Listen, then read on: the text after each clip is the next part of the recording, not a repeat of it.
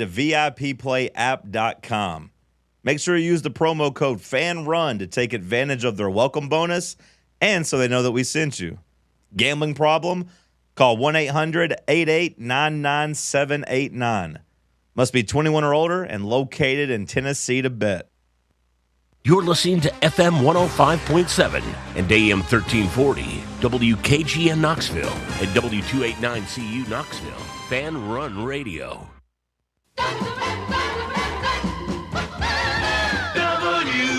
WKGN 1340, Go Vols! You're tuned in to East Tennessee's premier sports radio call-in show. This is The Drive.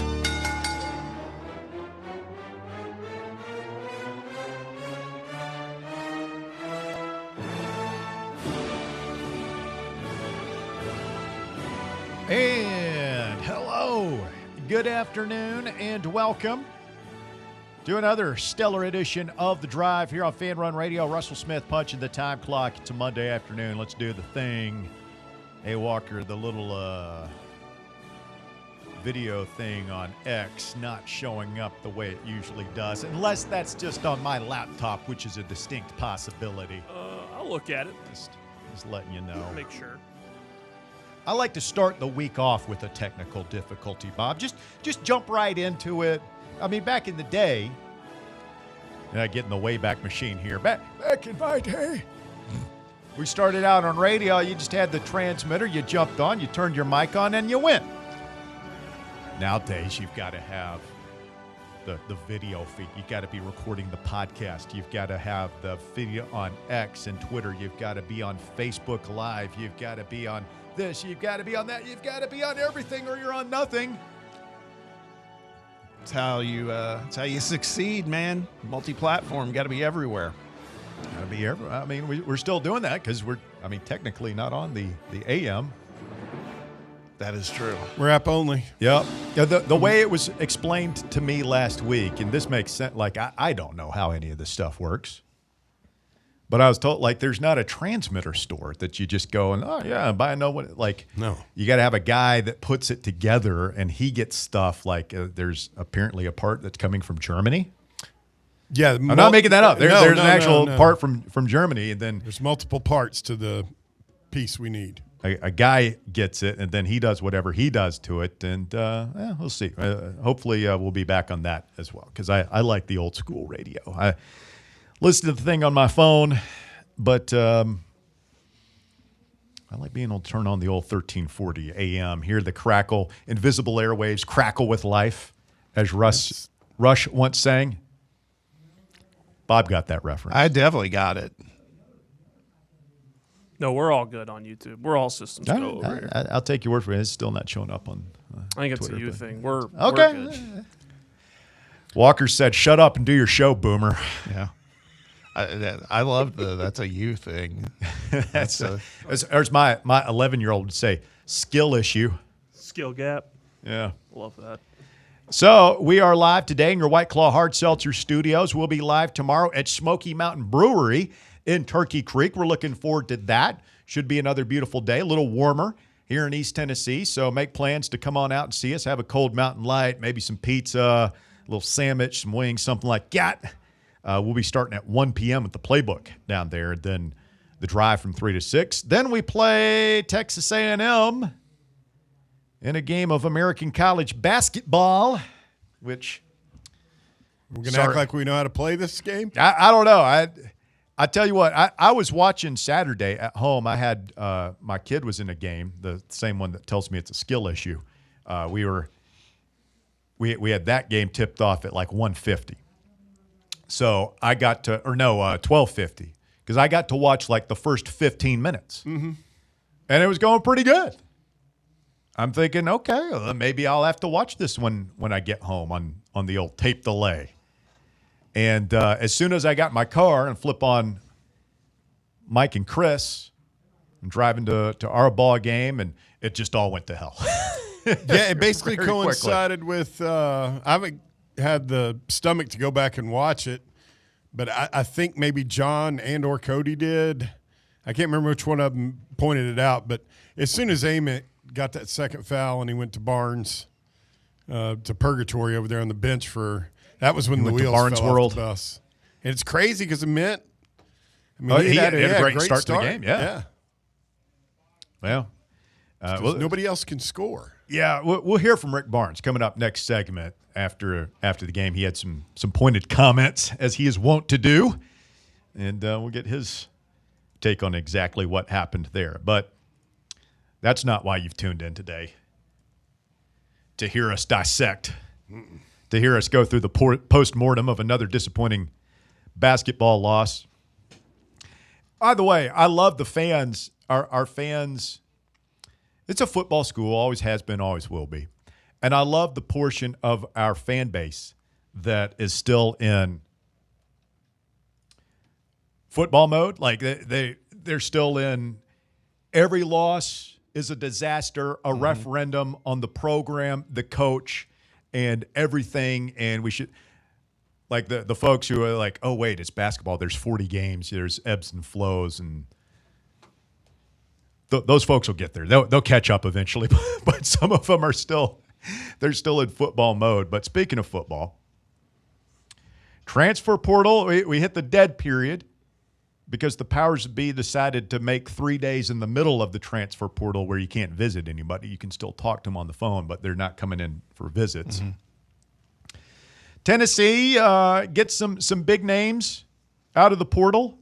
That helped us take our medicine Saturday of the basketball loss. News that Tennessee gets Chaz Coleman, the number 3 overall player in the portal.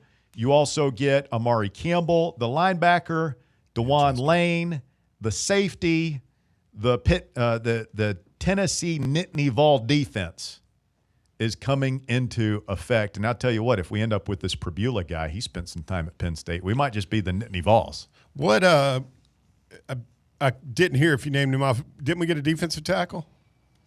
I mean, Xavier Gilliam, that was early. Yeah, we knew him going into terms. the weekend. And it sounds like the 2 Bama guys might be trending our way and everything. So, I mean, like the portal, I feel like, is going well. If you took the long view, and I spent a lot of time last week trying to caution the hotheads like Baskerville over here to, just pump the brakes a little bit. Marathon, not a sprint. Going to be okay. Work the plan. Judge the end result, not necessarily the process. Stick to the process, whatever I'm trying to say. So, you look at the rankings and need filling and everything like that, and I feel like, particularly in defense, we're knocking it out of the park. Well, I think there's a lot of value in the obvious, too. I mean, somebody on the live chat when we were doing voluntary reaction on Saturday, and you're welcome because that was brutal. Thank you. Having to Thank you. Sorry I missed that one. Yeah, I bet. Anyway, the Coleman news came out, which was a godsend given the circumstance. Salve on an we open put down wound. our sharp objects. Yeah, exactly. But somebody on the live chat, I can't remember who to credit it to, but it wasn't us, but somebody called it the Happy Valley 4. And I was like, I love that. That's actually great. Yeah, that was a good moment. And now there's another guy yesterday that's entering the portal, another defensive lineman, Eni White. And they said supposedly from Penn State. And that the Happy Valley 4 have been like, hey, buddy, just saying, And so point being, I think there's some real value for all the talk that we've had about Knowles and the defense and the complexity and how long it takes for it to get into a groove, et cetera. It really makes sense that they're doing what they're doing and bringing in guys who know that defense, right, and can help kind of speed it along, hopefully. So it feels like Tennessee's making progress there and having a pretty good portal haul, with one glaring exception. Yeah, that was it's the most important position on the field, quarterback. Who is going to be Tennessee's quarterback in the year of our Lord 2026? We didn't know last week. We don't know today. By the way, I believe they're having the Joey meeting. The judge is in chambers. Oh, really? That was supposed to happen at 2:30. Okay. I've got one question for you. Are you wanting to revisit your Josh Heupel has to have plan A, B, C, and D, because I'm starting to wonder if after – who's the kid that went to – is it Hoover from TCU that Indiana picked up? I think that was probably plan A, and now I'm starting to wonder – like, I don't think he wanted to get into a bid war. What makes you think that was plan A? Because we went after him once Nico left us high and dry, and I think he's the better quarterback of the two. Well, news today, this morning, Pete Thamel reported that Sam Leavitt is likely headed to LSU. I forget exactly how he worded it. It wasn't final, but it was certainly On3 announced it. Oh, they did? I did not see that. Had a committed graphic and everything. Oh, wow.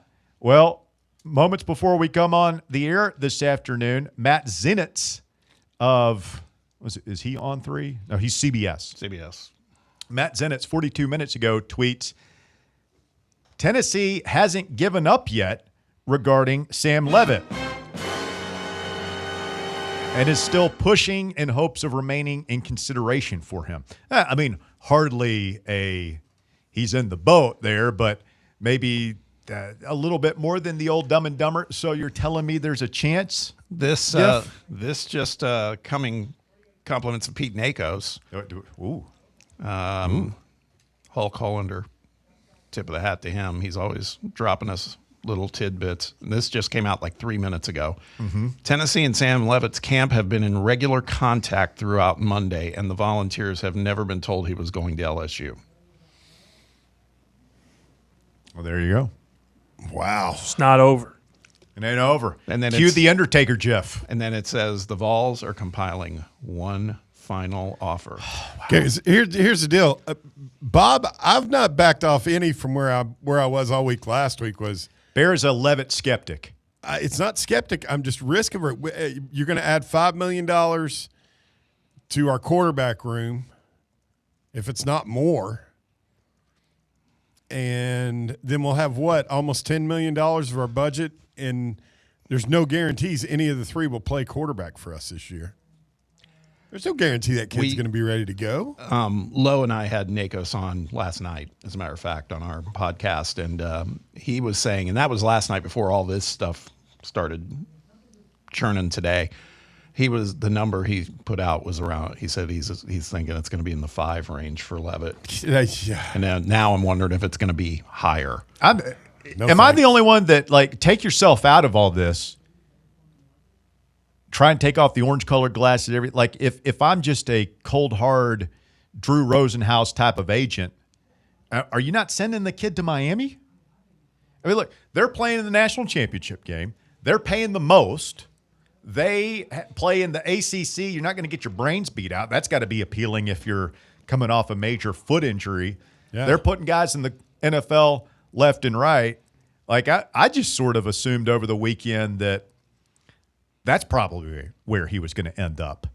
And by the way, we'll circle back to this. Dylan Raiola, who none of you guys like, is reportedly headed to Oregon. Yes, yeah, he committed. I just feel like, why would you not at least bring him in on a visit if you're Josh Heupel? Raiola? Yes. I don't know. Everything. And he's going to Oregon, by the way. They've been in the playoffs 2 years in a row out of the Big Ten. That is a program that is rolling. That is a program that is unquestionably in a better spot than yours. Talking about Tennessee. Mm-hmm. And listen, I get it. He's goofy. He wants to be Pat Mahomes. But all these services have him rated much higher than Prebula. All these, and Oregon is taking him. They didn't even bring in Prebula, as far as I know, for a visit. I might be wrong on that, but I don't think they did. No. What am I missing here? You're so against a guy because of the perception, because of that you're gonna. We just rather have the guy who's not as good because we think he's kind of a goober. What kind of thinking is that? Well, I think the story is. I think it's different though too, because there's talk that Dante Moore still may stay. Uh-huh. And so then this guy gets a year of being groomed, which I'm sure is the optimal option for Oregon.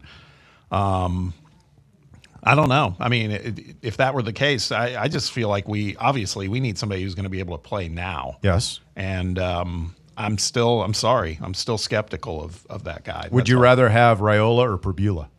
I think it's a toss-up, quite honestly. That's how I feel about it. I mean, like, this is starting to feel a lot like Bo Prebula for Tennessee. Well, I mean, if that's the case, then if you're getting that kid, then I definitely think you readjust because you're not going to have to pay him as much. And I don't know who's left, who all's hit the portal in the past 24 hours at the running back position, but I'd stack a couple more defensive players, and I would start building next year towards being kind of what last year was, where we're going to run down your throat and then we're going to bust your ass on defense. And just have go back to that form Hope so. of Tennessee football. Well, you say It's like easier it's so said than like done. snap our fingers and go back to having a top 10 defense. Well, I mean, you aren't going to be running the full on air raid style, of the hypo deal. You would not if you have Bo Prebula. You would think not. And by the way, I'm not. I began the process this morning. First thing while I was having my morning coffee of talking myself in to Bo Prebula. It's not easy. Any tips for the rest of us? I mean, just watch highlights and be open-minded. He's a hell of a runner. Yeah, he's a hell of a runner, man. He will absolutely run over your And ass. if you watch the highlights, there's a Bo Prebula 2025 highlights package on YouTube. It's about 5 minutes long. What do you want? I mean, it's digestible. You got to sit there and watch a half-hour-long highlight package. He makes some good throws. He can push the ball down the field. It happened. I saw it. 11 TD passes to 9 interceptions. He got hurt. Prebula versus the rest of the field, which is, I mean, there's still like 4,000 kids, and you got to figure several hundred have to be quarterbacks in the portal right now. Well, I'll tell you where all this lands, hopefully for me, is what I was saying all season long, and I maintain the best thing that could possibly happen is Joey gets another year. Why did they come out and say it? Or who was it who came out and Matt said it was pretty much not going to happen? I mean, He said it's unlikely, but you never know. Matt Zenitz giveth and Matt Zenitz taketh away. He said it's not likely to get Aguilar, and 42 minutes ago he said we're not out of the Leavitt thing yet. Yeah. Are you really comfortable with where are you at? Because I feel pretty comfortable. Me and Bob are in the same spot. Are you comfortable with paying Leavitt $5+? It ain't my money. I mean, you got to have somebody to play quarterback. Lane seems to think he's going to be good to go. Miami seems to think he's going to be good to go. If Josh thinks he's going to be good to go and he's going to be recovered from this injury, yeah, I mean, if health is not a concern and you are reasonably sure that he's going to be 100% ready to go to start the season, then, yeah, I mean, it's all crazy, stupid monopoly money anyway. I'd rather do that. But, man, if it's like 50-50, if there's a pretty good chance that he's just not going to be able to run much, if at all, next year, I don't know, man. There's a lot of money to spend on somebody that might not play for you. Yeah, when you've got $4 million worth of quarterbacks that are going to be sitting on the bench anyway, and the two kids. That's what I said. I mean, you're closing in on $10 million of the budget. Just dead money. Dead. DEAD. Died. Money's going to do you no good. Yeah. The other quarterback that I noticed that LSU got was the one that from Elon. Yeah, and that's the one I look at. I'm like, and you say what you want about him. I mean, he's a complete sociopath, but he can spot talented quarterbacks. Like, you keep looking at that kid, wondering if he's. Here's the other thing, man. Kiffin flew to our airport Friday, didn't even let the kid get out of town. He flies to our airport to recruit the kid. As soon as we say goodbye, he's meeting with this kid, throwing more money at him in our city. Which, I don't know about you guys, that just pisses me the bleep off. I mean, it's just, I don't know, man. I'm a peaceful guy. nonviolent Right. for the most part. But I'm sorry. Kiffin's fight on sight guy. Absolutely, 100%. This dude deserves to have his ass whooped. I'm sorry. He just we throw does. stuff at him when he comes to town. I mean, and he deserves it. He doesn't deserve any. That just pisses me off, man. I want Leavitt, if for nothing else. I just don't want Kiffnab. I'd sign Leavitt and let him be McIntyre's backup. Well, I mean, Coming to our airport, fly into our city while he's still visiting us and just sitting there waiting. yeah, I mean, two things. I kind of blame the airport people. They should never let his plane land. Once they Somebody found have an out it was RPG, Kiffin. like shoot that thing out of the sky. What, too much? No, that's basically what Bino said earlier on. Sorry. He asked where all the anti-aircraft guns were. Yeah, we can't get one of those guys with the shoot. Yeah, Coming through this NACOS article Patriot some missile. more. That's what I said. Sources told On3 on Monday morning that Leavitt informed the Miami staff that he would not be transferring to Coral Gables, so they're out. So it's really Us and LSU. maybe. I wonder what the holdup on Miami was. Wonder if it's that foot. Yeah, I don't know. Or just wants to play in the SEC. Maybe.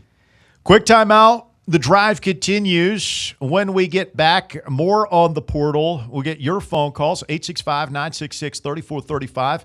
If you want to call or text the show today, would love to hear from you, 966-3435. Smoky Mountain Brewery in Turkey Creek tomorrow.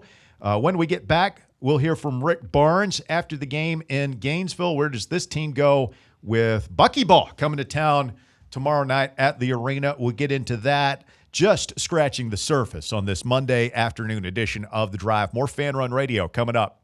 The Drive. Can't get enough Fan Run Radio? Download the free Fan Run app and take the best Tennessee sports conversations with you wherever you go.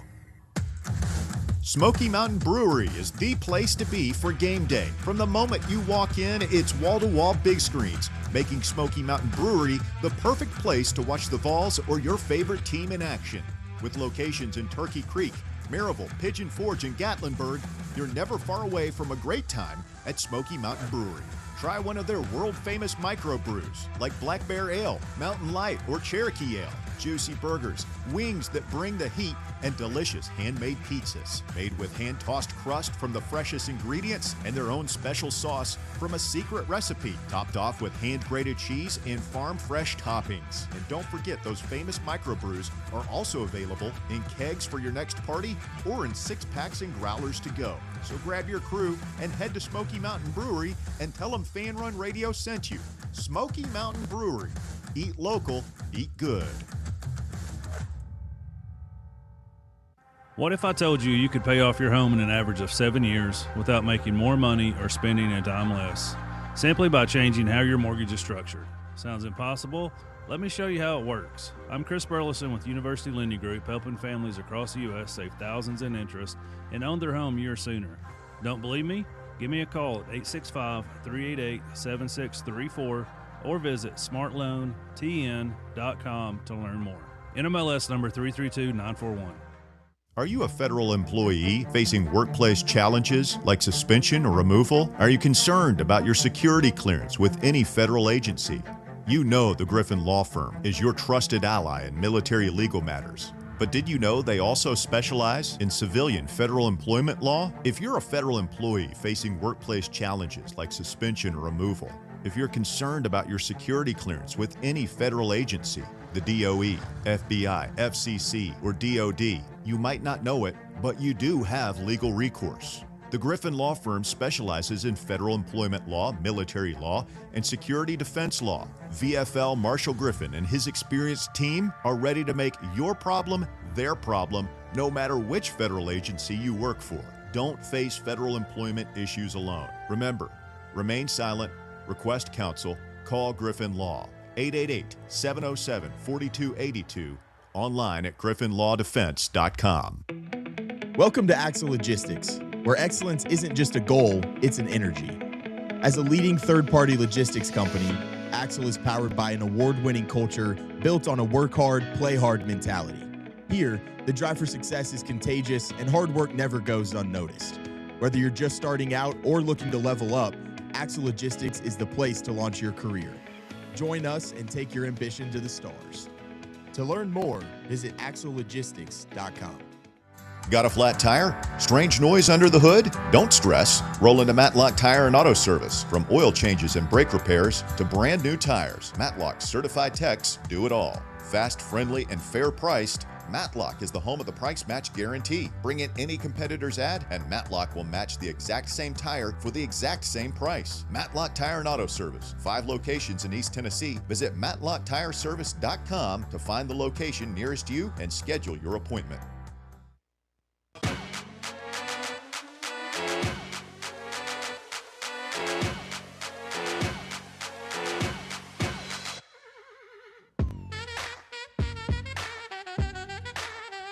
Back here on the drive, Fan Run Radio.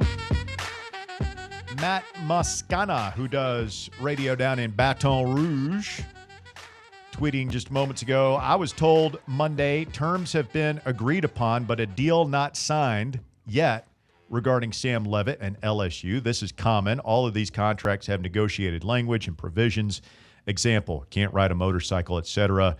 The financial aspect is done. But not signed. No. Hopefully they put in that he needs to stop playing pickup basketball. Yeah. Yep. I mean, we talked about it last week when he was here that if I'm Heupel and I'm considering allocating a significant chunk of NIL money to this kid, I'm wanting to see one of my doctors. I'm wanting an independent physician to evaluate him and to let me know what to expect in terms of this foot injury as far as a timetable for him to return and whether or not he's going to be what he was before the injury when he gets here. Because if there are questions about that, that informs how much money I'm likely to spend with him. Oh, man. You know, the one thing I would say is we just saw it this weekend. Nothing's done till it's done. Yeah. And, I mean, Hollywood Smothers is the best example of that. Texas went and just stole him from Alabama. And, I mean, so, again, until it's signed, yeah, they agreed to terms verbally, but it's not signed, it sounds like. So I appreciate the fact, right or wrong, I still don't know if I buy into the spending $5 million to get him, but if Tennessee's making this run, I appreciate that. Honestly, I think that's, I don't know if it's too little too late, but I appreciate the fact that there's some urgency, man. There should be. Well, you're right. There should be. I mean, if we don't get Leavitt, like this is the last fail-safe option to get an elite quarterback. Yeah. There's no one elite left after this guy. Most definitely. Of course, now I can't. I'm trying to open up the text box. You ever get this where it's just white screen for like 5 minutes? Yeah. Because I was reading this during the commercial break and then it went out. It's here we go. See, I got the black screen right now trying to open it. This comes from our friend in the 270 that says, can we stop with the Bo Prabula stuff? He's horrific. These are his stats in SEC games that he started and finished. That was 4 games this year. Completion percentage, 57.4%. 200 yards passing per game, 3 touchdowns, 7 interceptions in those conference games. So there is quite a delta. Hey, man. There is a delta between him and Sam Leavitt. As Mark Twain once said, lies, damn lies, and statistics. You can make them say whatever you want. I'm talking myself into Bo Prabula. I'm ready for Bo Ball. Now, what about guy can run? This I don't think would solve our problem, but it's a fair question from Coastal Vol on the live chat. He says, "How about that USC quarterback? That's that Husan Longstreet was his name." Yeah. Again, like LSU brought him in on a visit. Bring these guys on a visit at least. Sure. Sit down with Dominic Ray or Dylan Raiola and look him in the eye and see what he's all about, man. But the book on Longstreet is, I mean, did he even really get much playing time? I don't think so. No, he's very young. So at that point, it's like we got 2 of those guys, man. We got one that's going to be completely raw and another one that's played like 3 plays. Yeah. Longstreet's a great name, though. Yeah. Civil War sounded. Derek on the text box says, that's a bleep move by Kiffin. I bet he was a frat boy. Yeah, what was No Animal offense House to the frat Bob? boys listening. What was Niedermeyer's frat? Do you remember? Oh, no. Who was Tridelt? No, Tri-Lambs. That was Lambda, Lambda, Lambda. That was from Revenge of the Nerds.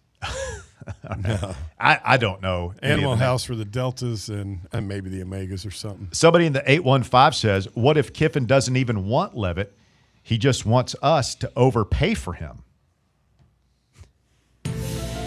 Lane Kiffin running some sort of deep state psyop just to get us to burn a bunch of money. I'll bend your brain even more. Oh, boy. What if this is I can't remember what they call it in The Princess Bride. What if this is Heupel making Kiffin pay more?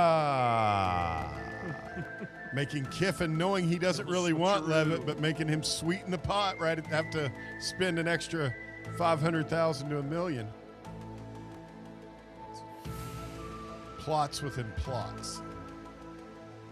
Playing some 3D underwater chess here right now. I mean, I don't know. I don't put anything past Kiffin. I don't put anything past these guys. He is thoroughly unlikable.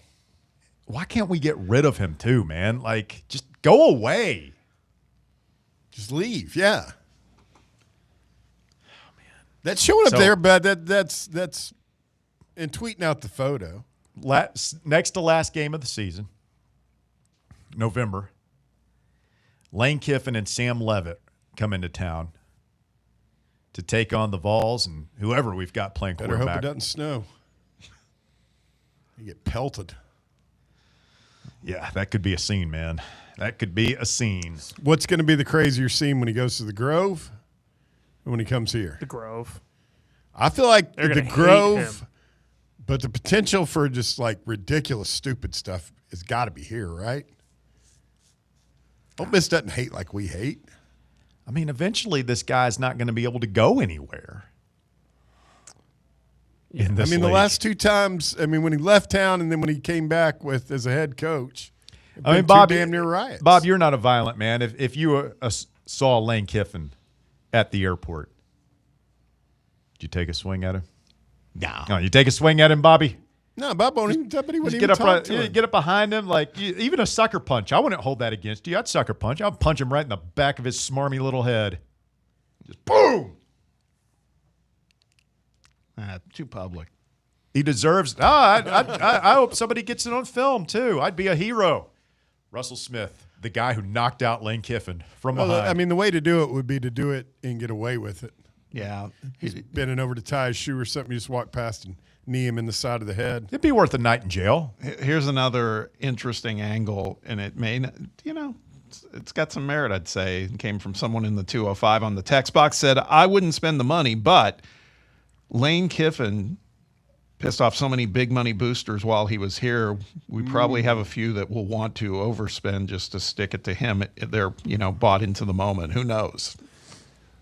It's all monopoly money, like you said. Does making them spend an extra $1 million really matter that much? Look, I'm not saying that our listeners should do this, but I am saying that if they were inclined to create fake AI images of Lane Kiffin accepting bribes, favors from Vietnamese prostitutes, things of that nature, that's something that you could do. There's got to be someone that listens to this show that can make a video of Russell beating up Lane Kiffin. Just AI at least. Someone has to be able to do that. Hey, now we've got on a super chat from Timothy McGee who said, Morgan Freeman says, if you want to forget about something or someone, stop talking about them. That's the point I'm at. Well, that's all well and good, except for the fact that we do a sports radio show and we're currently in a recruiting battle with the guy for the best player in the transfer portal, Mr. Super Chat. So I don't know what you're thinking, but I've got a 3-hour radio show to do. How's that one supposed to work, Einstein? Didn't you say you were ducking out early today? Yeah, I got a thing. Sorry. 520. Yeah. So. Tennessee basketball over the weekend, 91-67. Oh, my God. Bent over a barrel and shown the 50 states. Not good. In Gainesville. Tennessee fans feeling some type of way about it. Rick Barnes feeling some type of way about it. Here's the head coach in the locker room after the game. We look at all that. I mean, 30 points off turnover. You don't have a chance. You know, there's a close game, the kind of game you would expect. But then last 4 minutes, the first half, just really poor basketball. And I'll take the blame for it because I don't know if I've had a team to play that bad and do the things and make the decisions they made from out of bounds, those type things. It was just really poor basketball, and that's on me. You feel led to the really poor basketball. What needs to change going forward? Turnovers, decisions. I mean, you know, you can't. I mean, you look at it, 30 points off turnovers to our 8. They shot the ball, 15 more times. I mean, and they don't need any help. And I mean, give them credit. I mean, they were there. I thought they challenged everything at the rim. I didn't think we did. They kicked our butt. That's all I can tell you. You know, and that's disappointing because for 16 minutes in the first half we were there, kind of game you thought it would be, and then just turnovers, and then we're not tough enough yet as a team when things aren't going our way to know how to fight through it. Then we got, again, we're talking about turnovers. I could probably count another 10 shots that were really ill-advised shots with guys taking shots when you need high percentage basketball, shots that they don't practice, and just hoping. You can't win this game on hope. You can't. But give them all the credit. After that, you know, the last 4 minutes on, they controlled the game and did what they wanted to do. And you know what? They got relaxed. They started playing, and we didn't guard. We didn't put up the resistance we need to. Just way too many defensive breakdown coverages. Rick Barnes, after the game, putting the blame on himself, says, that's my fault. It's on me. Yeah, we were talking about it when we did the post game on Saturday, because there were some folks that wrote in and said, oh, look at the bright side. It wasn't as bad a beatdown as what happened last season at Florida. And, I mean, if you look at point differential, that's true. They won by 30 last year in Gainesville, and then this year they beat Tennessee by 24. Tennessee gave up 91 points. It has been over 2 years since they've given up 90 or more points in a game. That was that game against North Carolina, if you recall that one, where it was they scored 100 in that one. I mean, we also still knew that we had an incredibly good basketball team last year, despite the beatdown we got down there. Yeah, I felt like we just had a really, really bad day. We just don't see Tennessee teams giving up that many points. I mean, they've given up points in the 80s for sure before, but once you start getting into that 90 or closer to 100 range, that's when you know something has really gone sideways with that team. I think Coach Barnes has spoiled this fan base. We've gotten spoiled making the Elite Eight twice in a row. Not many teams across the country have done that. Program has clearly taken a little bit of a step back here. We're clinging to the top 25 right now. Fell out of it in the coaches poll.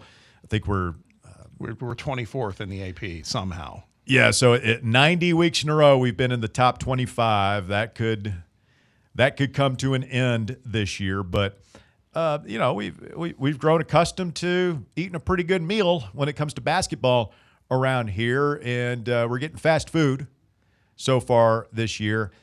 My hope is, and I shouldn't even waste time hoping, because people are going to bash on Barnes this year for that. They're going to blame him. I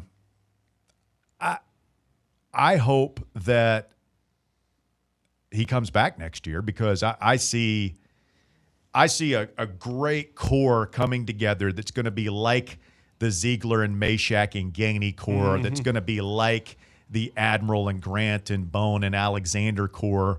When you talk about Amari Evans and Dwayne Brown and the Boswell kid and JP and all these guys, you got a bunch of Barnes guys, I'm leaving some out, that are going to be there for you. They're going to be their second and third, fourth year in the program next year. And if you can just get the right guy out of the portal. You can go out and find, we're probably not going to have a Kevin Durant. We all got sucked into thinking Ament could be Kevin Durant. Guess what? He's not Kevin Durant. But if we can find another Connect or another Lanier or another really good offensive player to add to that core of quote unquote Barnes guys, we'll be right back in the thick of it again next year. So I realize we're just in a place in college sports where nobody's patient and everybody wants it right away, and you can get fired with just not even one bad year, like one bad month will get you canned, like happened to Brian Kelly and James Franklin and a couple of others. But we still got a good program, and who knows? We'll see what happens. Hold serve at home, beat the Texas A&Ms of the world, and hope that maybe a switch flips and you get hot in late February or March, and you can make a little bit of a run. But right now, it just feels like we're tracking more towards, what was the year? Was it 22? The 21 was the last time that we weren't. I mean, that would be the Keon Springer year. Yeah, that to me was rock bottom of the Barnes regime, because if you recall, we got smoked in the first round of the tournament. It's Oregon State. At least we were in the tournament. I mean, the year before we were tracking not to make it, right? But we lost so many players from that team. Yeah, we had a little 2-year blip in there between the Admiral Grant years and the ZZ Meshack years that we took a bit of a step back. And this might be a bridge year like that. Yeah, I mean, I think we can be right back to it next year if we get the right guy or two out of the portal. We talked about it again on VR. Protecting home court is going to be huge. I mean, they no joke probably need to optimistically go like 8-1 at home, because the road games are going to be tough. Man, that's the pattern here. We're seeing it. They're not together enough yet to really be formidable on the road, and the SEC is going to be tough every night on the road. Chris in Fresno says, sounds like Leavitt is really just trying to leverage more money out of LSU. Smart kid. It's that Arizona State education. Which, I mean, hey, if he does that, then whatever. It's America, baby. Pete Nako says the Vols are, quote, compiling one final offer. One final push. How high are we willing to go for this dude? Oh, I don't know. It's probably north. I bet it's north of 5. Do you think that's what you think they're just using us? That he went down there and Kiffin's his guy, and he came up here, and it's all just a leverage play? I don't know. His brother sounds like he's a piece of work, so I wouldn't put anything past him. Piece of work being like Cordell Landers, like the Nico camp, or just a really shrewd negotiator? Well, that's what I would say. Maybe the latter, just working the whole process. Very involved. Yeah, he is. What do you make of the online rumors that his mom didn't like Kiffin? Did y'all see any of that? Whose mom? Leavitt? Yeah. She's got good instincts. Yeah, I haven't seen that. Character. Well, I mean, he was in the middle of his visit when he found out that they were Lane was chatting up DeMond Williams, from Washington. Another super chat from Timothy McGee. What is a super chat? Yeah. It's people. They pay? Yeah, the guy pays $5 for his chat to be featured. Where does that money go? I feel know. like we should get that money. This dude's giving us $10 today. I mean, that's okay. Take 50 apiece. Take that up with YouTube. That's right. But what he said was he's against the Leavitt move. He said what is crazy is pay a quarterback $6 million for 1 year when you have sitting quarterbacks getting paid, which we've talked about, or just go after a cheaper quarterback. This is real polarizing, because a lot of people are, like you were saying, it's like, well, it's not our money. If the money's there, go spend it. Mm-hmm. But I'd rather watch football with a really good quarterback next year than not. Yep. Hot take. Yeah. Quick timeout. Big Josh, hang right there. You'll be our first caller when we continue. You're listening to The Drive. It's Fan Run Radio, 865-966-3435. Your phone calls coming up. The Drive. The flagship station for Tennessee fans. This is Fan Run Radio. Hi, this is Bo Kregner from the Kregner Group at Realty Executives, and I know there's a lot of choices here in East Tennessee when it comes to choosing a realtor. Here's why the Kregner Group is different. At the Kregner Group, our motto is walking by faith, serving others. It's how I live my life. It's how I run my business. Here at the Kregner Group, we're committed to doing real estate the right way. Faith, honesty, integrity. The Kregner Group. Call me anytime at 865-742-1035 or visit my website at boknowshouses.com. Fall fans, reimagine your home at Broadway Carpets and Flooring for any remodeling or building needs. With a variety of carpets, rugs, hardwood, vinyl, and stone, Broadway has all the flooring and installation options you're looking for, including pet-resistant products like Pet Perfect Carpet from Shaw Floors. Visit their showroom in downtown Knoxville or the location in West Knoxville located on Kingston Pike near Pellissippi Parkway today. When a dangerous, overgrown, or storm-damaged tree is threatening your home, your car, or your family, don't risk it. Call ECR Total Landscapes, your local tree-cutting experts. From precision tree removal and trimming to emergency storm cleanup, ECR Total Landscapes has the equipment and the experience to get the job done safely and efficiently. Call today to set up your free estimate, 865-384-2012, or just go online to ecrtotallandscapes.com. Men all around Knoxville are celebrating the difference Men's Pro has made in their life. I'm Evan Bass, founder of the clinic.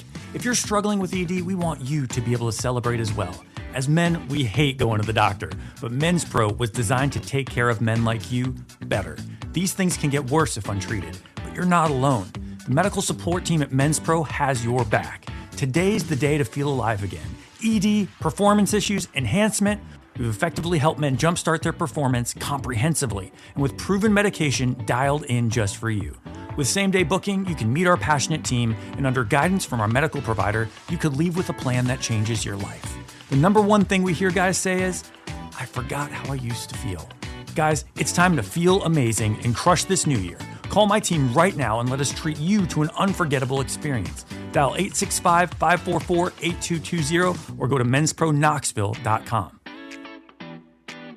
What kind of day is it? It's a White Claw day. Light and refreshing tasting, uniquely cold wave filtered. There's an iconic flavor for everyone. Come on, grab a pack. White Claw. Grab life by the claw. Please drink responsibly. Hard seltzer with flavor. White Claw Seltzer Works, Chicago, Illinois. Yeehaw! I've been hooting and hollering ever since I started betting with the VIP Play app. VIP Play has more than 200 leagues. Every bet type you can imagine. Live betting and live hosts, all with 24/7 support from real live people when you need them. Start betting better with the VIP Play app today. Don't be a better, be a better with VIP Play today. Download VIP Play today or head to VIPPlayApp.com. Make sure you use the promo code FANRUN to take advantage of their welcome bonus and so they know that we sent you. Gambling problem? Call 1-800-8899-789. Must be 21 or older and located in Tennessee to bet.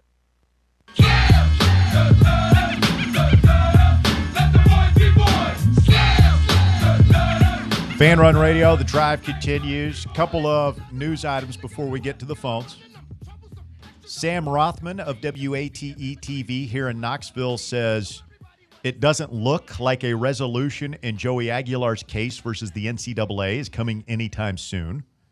On a conference call today, the judge said he can't meet with the plaintiffs and defendants this week despite the portal closing on Friday. Both the plaintiffs and the defense did agree to forego live testimony to move up the hearing before the portal window closes. However, a hearing is to be scheduled in the next few weeks, which of course is not ideal. There's about 20 players awaiting a decision, one of which is Joey Aguilar, our quarterback. What do we do? I mean, what can you do? With these judges, like, really, you can't meet all week long. Your entire week is booked solid. You can't carve out an hour. I mean, it's pretty straightforward. You got 20 people out there who are like stand to lose hundreds of thousands, if not millions of dollars. Can't. There's a judge who gave an injunction to Diego Pavia for the same thing last year. You can't cancel a lunch and just have one of the clerks bring in a sandwich that day? I mean, like, what are we doing here? I'll bring the sandwiches. They'll be delicious. We got another super chat in here. The super chat. So, hold on now. I guess we have to read the super chat. Like if you're paying, we have. That's why I say we absolutely do. I know where the money goes now. We read them. We are reading and I the show. super chats. I also show them on the screen so everyone. Who's getting the money? Fan Run. YouTube. It's probably a rev split. Do I get any of that money? Take it easy. Let's read it real quick before we get to the. Just keep reading. It's Timothy McGee, and man, he's throwing down some cake. So He was a great receiver in the 80s. Yeah, he was. This is an interesting one to ponder. We'll talk about it later, probably. I wonder if Manning, Clausen, and EA, Eric Ainge, would have got their chance in this wild, wild west because they weren't ready necessarily until they got the nod. It's a good point. It's a different era. It's kind of you can't really throw Manning in there because he got put into the fire immediately. Yeah, his Colquitt went down against UCLA. Hey, real quick, and we get Big Josh in here. Austin Price of VolQuest 26 minutes ago, after going all in on the Alabama duo, that's Russaw and is it Smith, James Smith, 2 defensive linemen. I'm told it's going to be Ohio State. Was told Ohio State was the second school for them coming out of high school, and they wanted to go there no matter the money offer. I expect Tennessee to go after Jordan Norman and either Evans or Mathis. Mathis is the freshman from LSU. Evans is the redshirt freshman from Texas A&M, which I don't evaluate any of these dudes, but I kind of like their stories better. They're just individuals looking for more playing time. It sounded like the 2 Bama kids are straight up being shopped. Yeah, sounds like it. They went to the same high school. They got the same. Yeah, they got the same handler who's just shopping these dudes, and like that just feels sleazy. I'm sure we have guys on the roster who've been shopped to it. Like everybody does it, but you don't need any package deals. Feels dirty, man. Yeah. It is dirty. Yeah. Big Josh, you're on the drive. It's Fan Run Radio. Hey, Ross. What's up? It really appears like we've come up with a brilliant plan here. Let's target all the most expensive quarterbacks in the portal.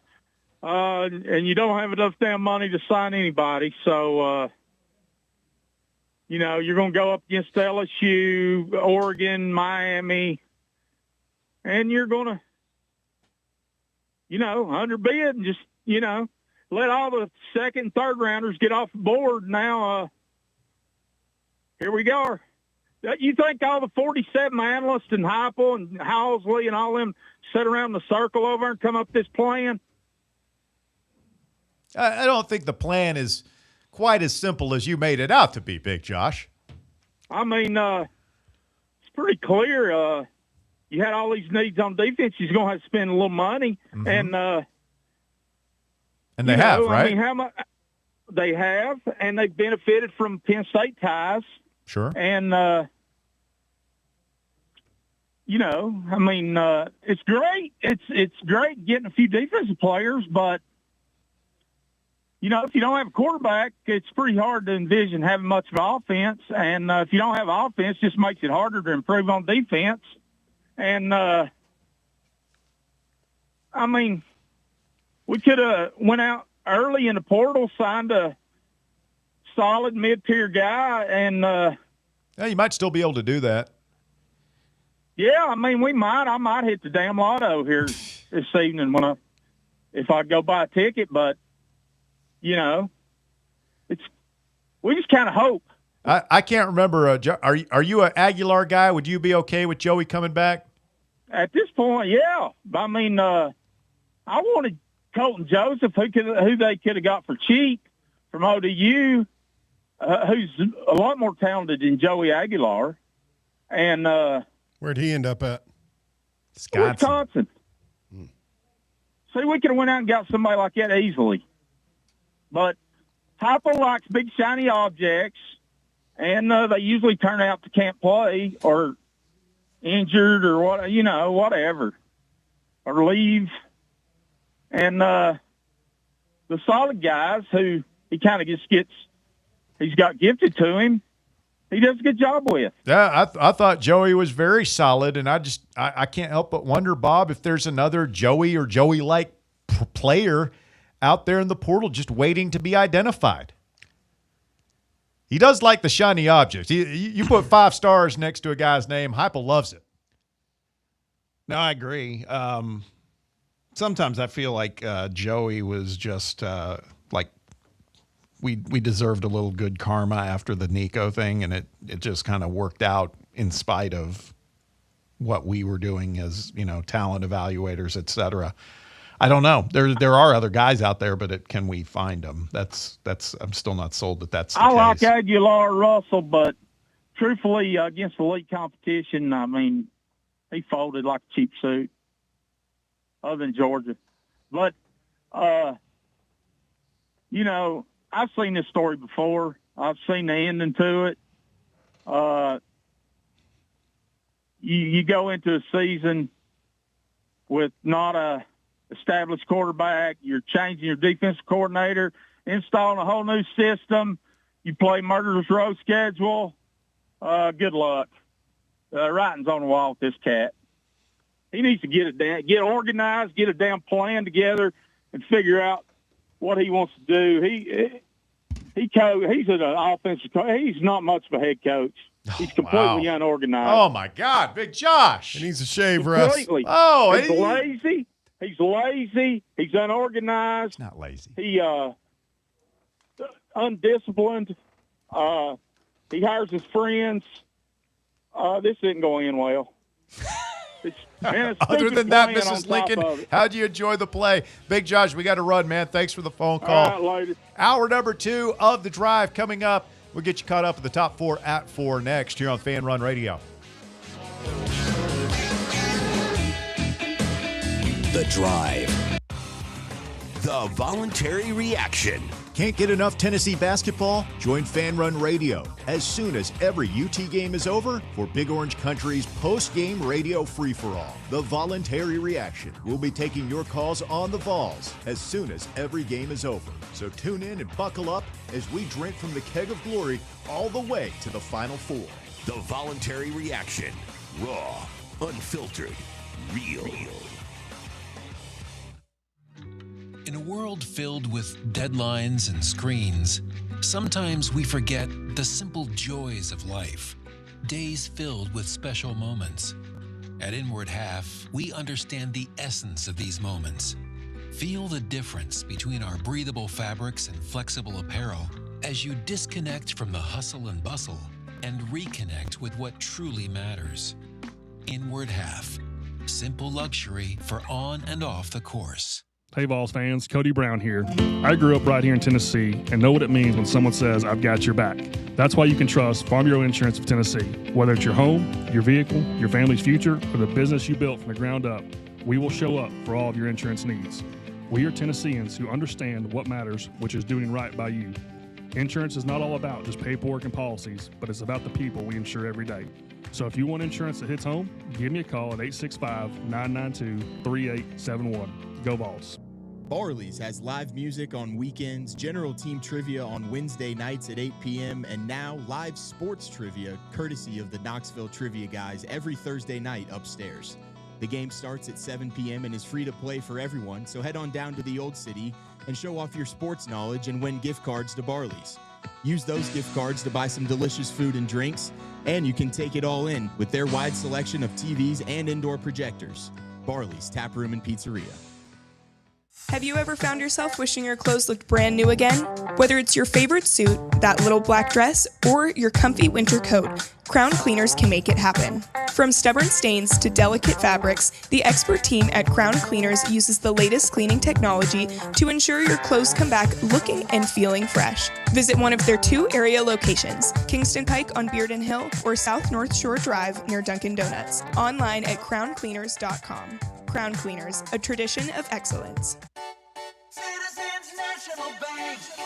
Experience the thrill of traveling with C&B's exclusive travel program. Customers age 50 and above with a Plus Perks checking account can participate, ensuring a safe and delightful travel adventure. Take a day trip or an overnight trip.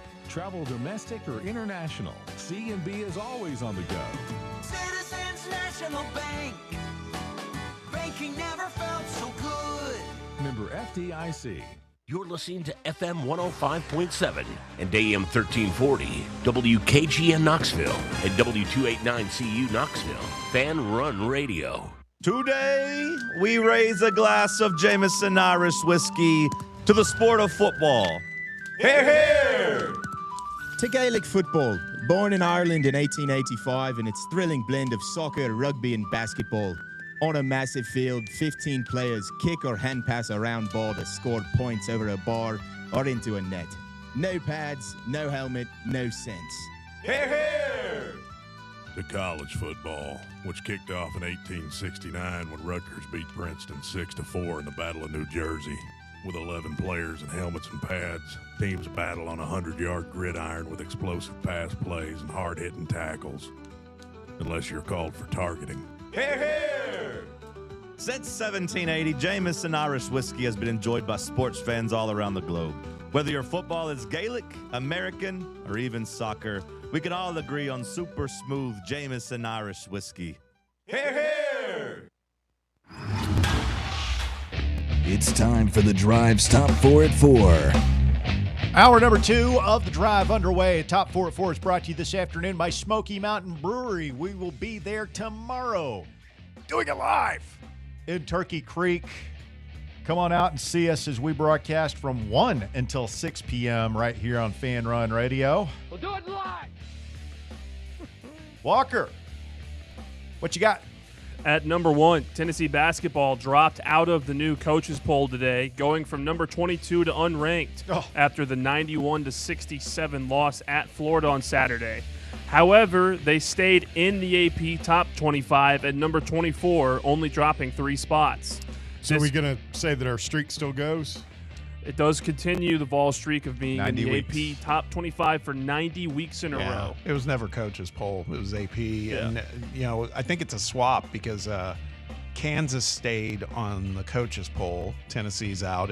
They were 26th. And then Kansas dropped out of the AP poll, but there's Tennessee and they're 24. So 2 teams with 5 losses and scuffling a little bit.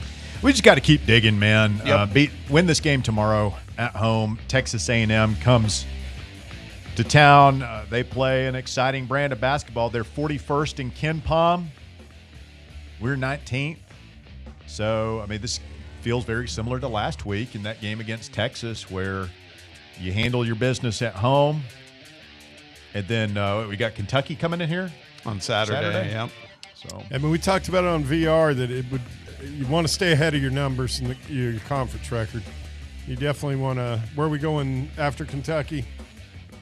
I can't remember what you said it was, Bob. Oh, we're off for a week, but then you go to Alabama, followed by Georgia in Athens. So some tougher games coming up. Yeah, and Kentucky got it done against.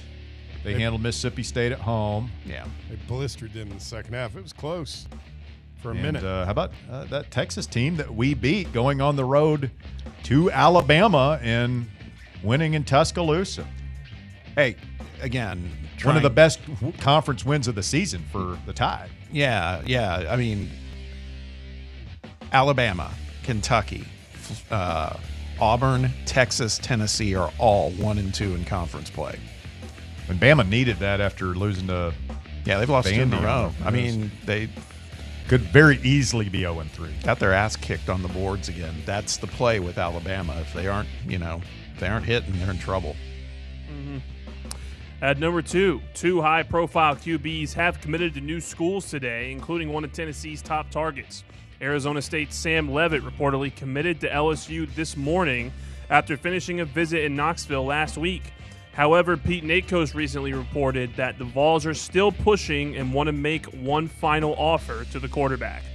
Elsewhere, Nebraska's Dylan Raiola has committed to Oregon while the Ducks wait on Dante Moore's decision to stay or go. What if Dante Moore stays? Which that's what they've said, that Raiola has his eyes wide open on that'll be a development year for him then. I don't know about that, man. You waste a year. I guess if you're making bank, you could. If you're looking at the long game, I would have understood it if Will Stein was still there because of his ability to develop quarterbacks, but he's not. So I don't know. You think that hurt them in the playoffs? What? Not having Will Stein? Yeah. I thought he was there, wasn't he? Yeah, he was there. Coaching. Yeah, he was still coaching. He was doing the double dipping thing. That's so weird. It's just what it is now. At number 3, the Lady Vols stayed in the same spot in the AP poll, remaining ranked number 20th after extending their win streak to 5, dominating Arkansas at home 85-50. Next up, the team has the week off with their next game coming at number 21 Alabama on Sunday. Bobby, you were there to see the Kim and the gals take down the Lady Hogs? Yes, I was. I mean, the team player. The difference between the haves and the have-nots in women's basketball that's a pretty substantial chasm. Yeah, no Talasia Cooper yesterday either, and it didn't matter. I mean, they still won by 30+. And how was Kim's hair game? She looked good.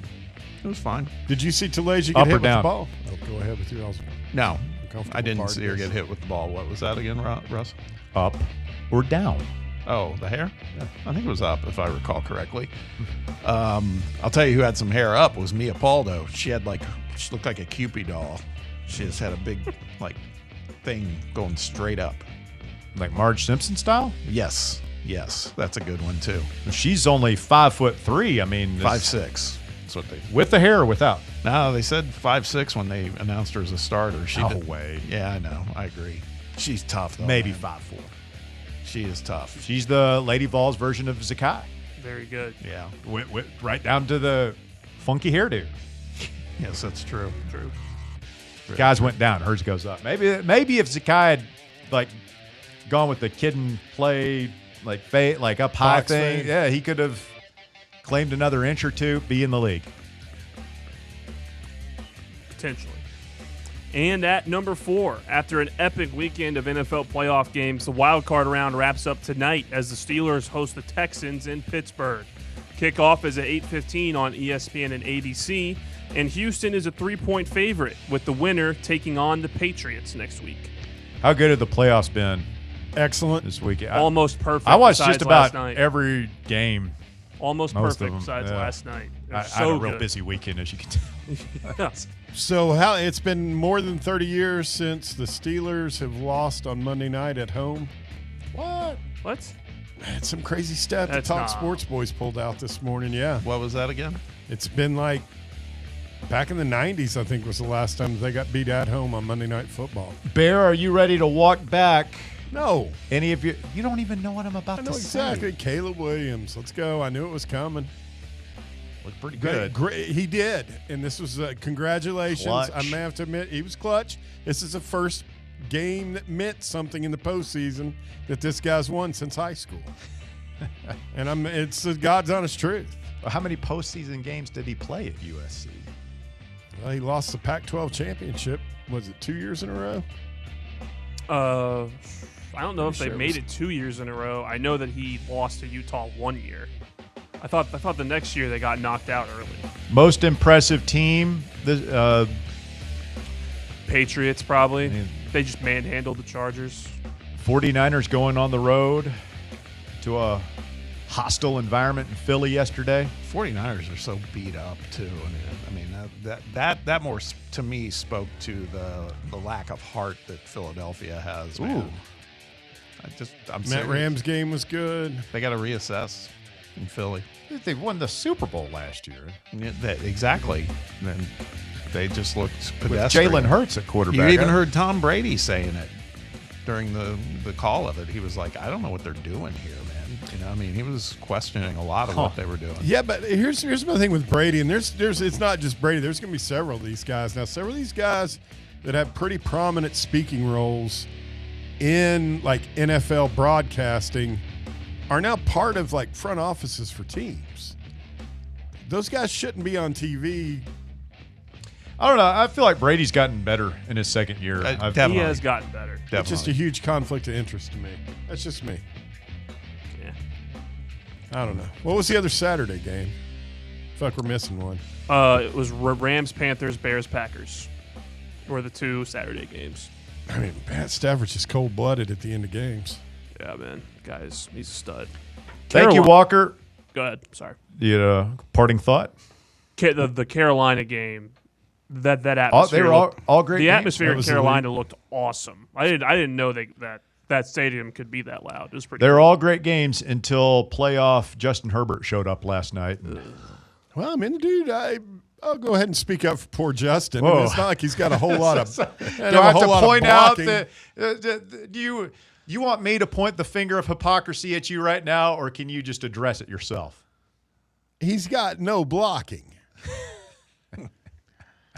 I mean, he's running for his life back there. Caleb Williams has a second-team All-Pro tackle blocking for him. Didn't his left tackle, wasn't he out, the other guy?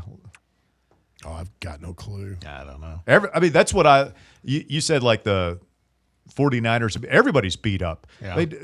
Like the Bills, you talk about a Pyrrhic victory. I mean, they lose, the tight end got Gabe, what's his face, got his Gabe knee Davis crumpled. hurt his knee. Friggin' Josh Allen is he's walking. Cook went out at one point. They've already lost Josh Palmer for the season. I mean, they're just Kittle. They're pretty gritty. Have you guys seen the weird theory? And it's like they've cited there's like 1,000 peer-reviewed studies that have looked into this whole deal about San Francisco. Oh, I know what you're talking about.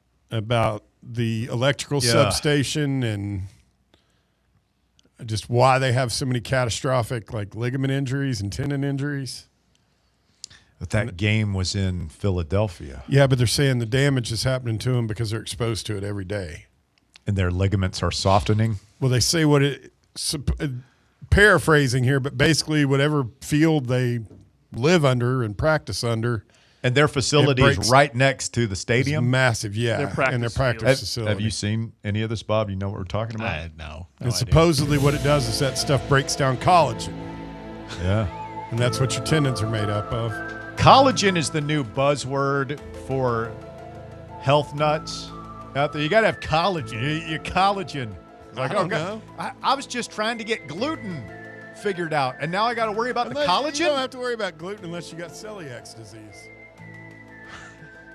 What disease? Celiac. You know what the hell I was talking about, Baskerville. Well, no, I've got a family member Well, you got to is stricken with that. Yeah, I know. Are you taking turmeric? You got to do that. Did you know that? Are you on turmeric? I did not. So I'm being serious. So you're saying bare collagen is like what is that's the. I mean that's what the theory is that creates your tendons. It's part of it. Okay. From what this article. I mean, you saw it, Walker. Isn't that basically what it said? I mean, I didn't. I mean, damn, y'all are making me second guess myself. Look, I read the whole damn article. I don't know anything. Walker, help me out here. I'm drowning, buddy. I didn't read the article. All I saw is that theories about the electromagnetic field that comes out of that facility could potentially be making the San Francisco 49ers get hurt more often. But I've also heard that people use those types of electromagnetic fields to help people heal also. So I don't know here's what's the other true. thing it might be. It might just be that they play in one of the most violent, aggressive sports ever created. No, I like the Jewish space laser machine by the stick with that. What the hell are you talking? What? Where'd you get that from? Space lasers. The electromagnetic whatever. Well, I mean, it's not healthy to be exposed to What that. did you say? There's been hundreds of peer-reviewed studies. They said thousands of peer-reviewed studies on about it. the 49ers? No, about the effects of being exposed long-term, living near an electrical station like that. Look it up, jackass. I can't. You're going to have to be a jerk. Play all your music. You talking to me? Yes. Make me and Walker feel like we're, crazy over here. Oh. You were right there. You encouraged me to go down this road. I don't Walker. think you. Hold on. Whoa. Let's be accurate. I don't think you're crazy. I just think you're full of crap. Please, look it up, buddy. Don't mischaracterize my takes. And also, yeah. Don't want me. I'm not saying I believe it. I'm just didn't saying either. this is what I saw. Yeah. That's all I was saying as well. How did this even start? Was this because I just saw it. I saw somebody tweeted it It's out. actually your fault, Bob, because you said the 49ers are so beat up. Yeah. Bears then Walker, offering a but- hypothesis. No, and Walker trying to blame offered it on first. Walker. Walker said the first thing about it. That's not true at all. Yes, it is. That's I not don't even a think little that's bit true. true. No. Not even slightly. By the way, on the topic of super chats, this came earlier from Landon Kelly.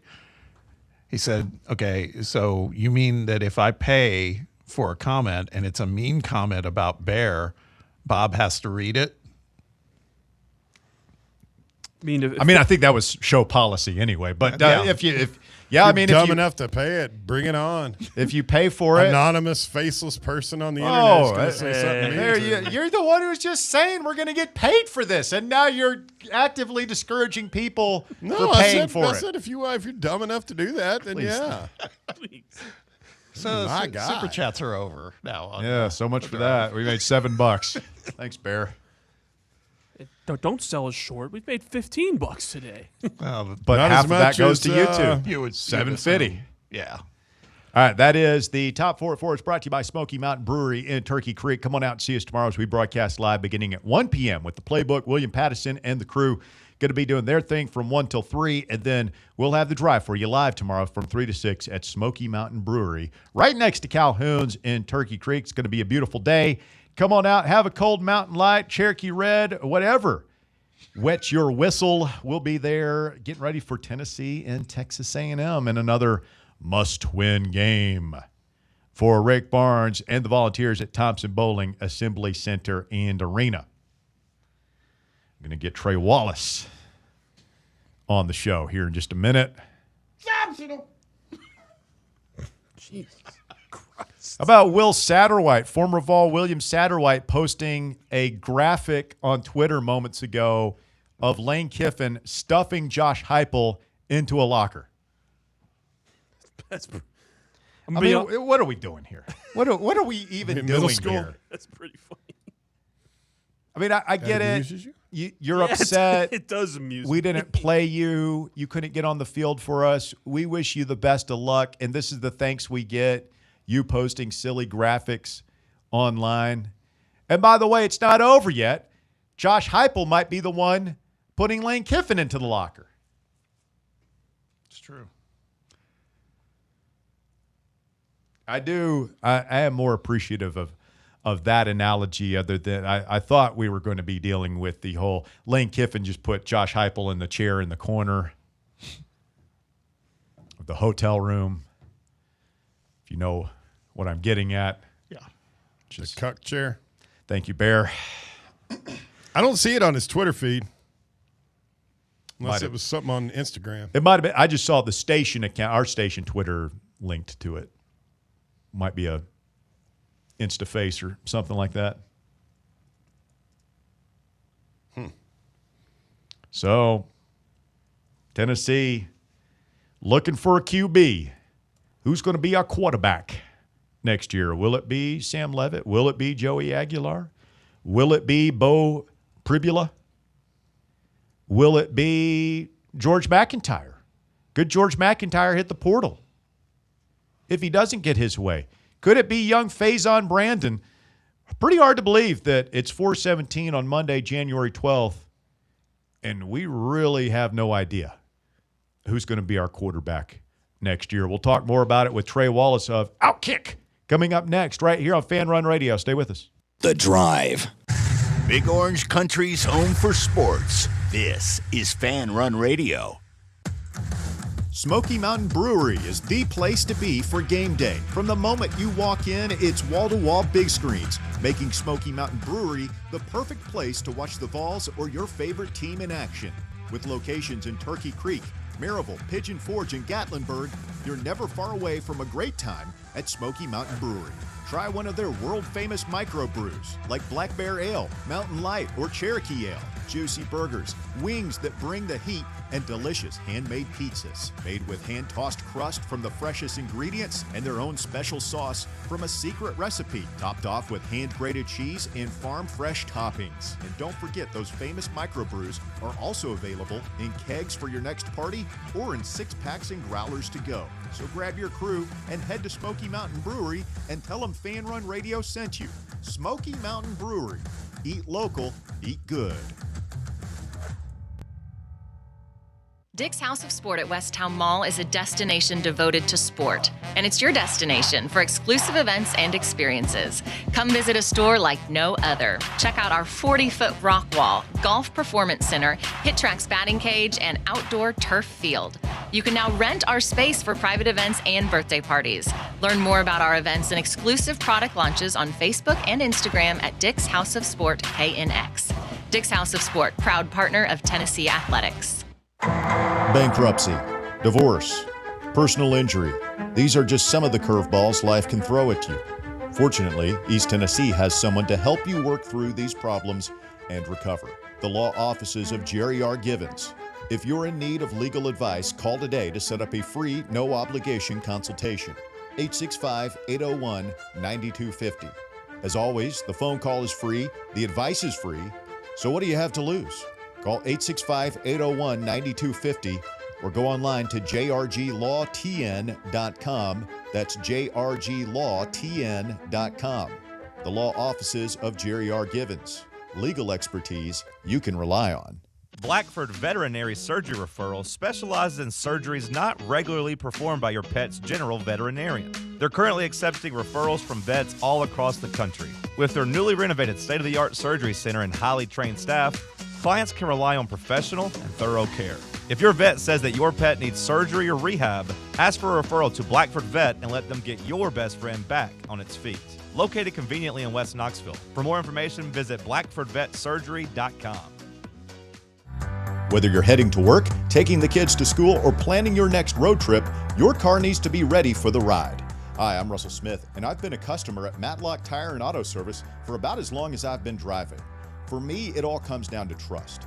Look, I'm not a car guy, and I just don't want to get taken advantage of on car maintenance costs. Matlock Tire Service is a family-owned and operated business, and they wouldn't have made it this long if they hadn't been providing trustworthy service you can depend on. They're the home of the price match guarantee, which means you can bring in any competitor's ad, and Matlock will match the exact same tire for the exact same price. I've bought a lot of tires at Matlock over the years, and I always go there for my oil changes.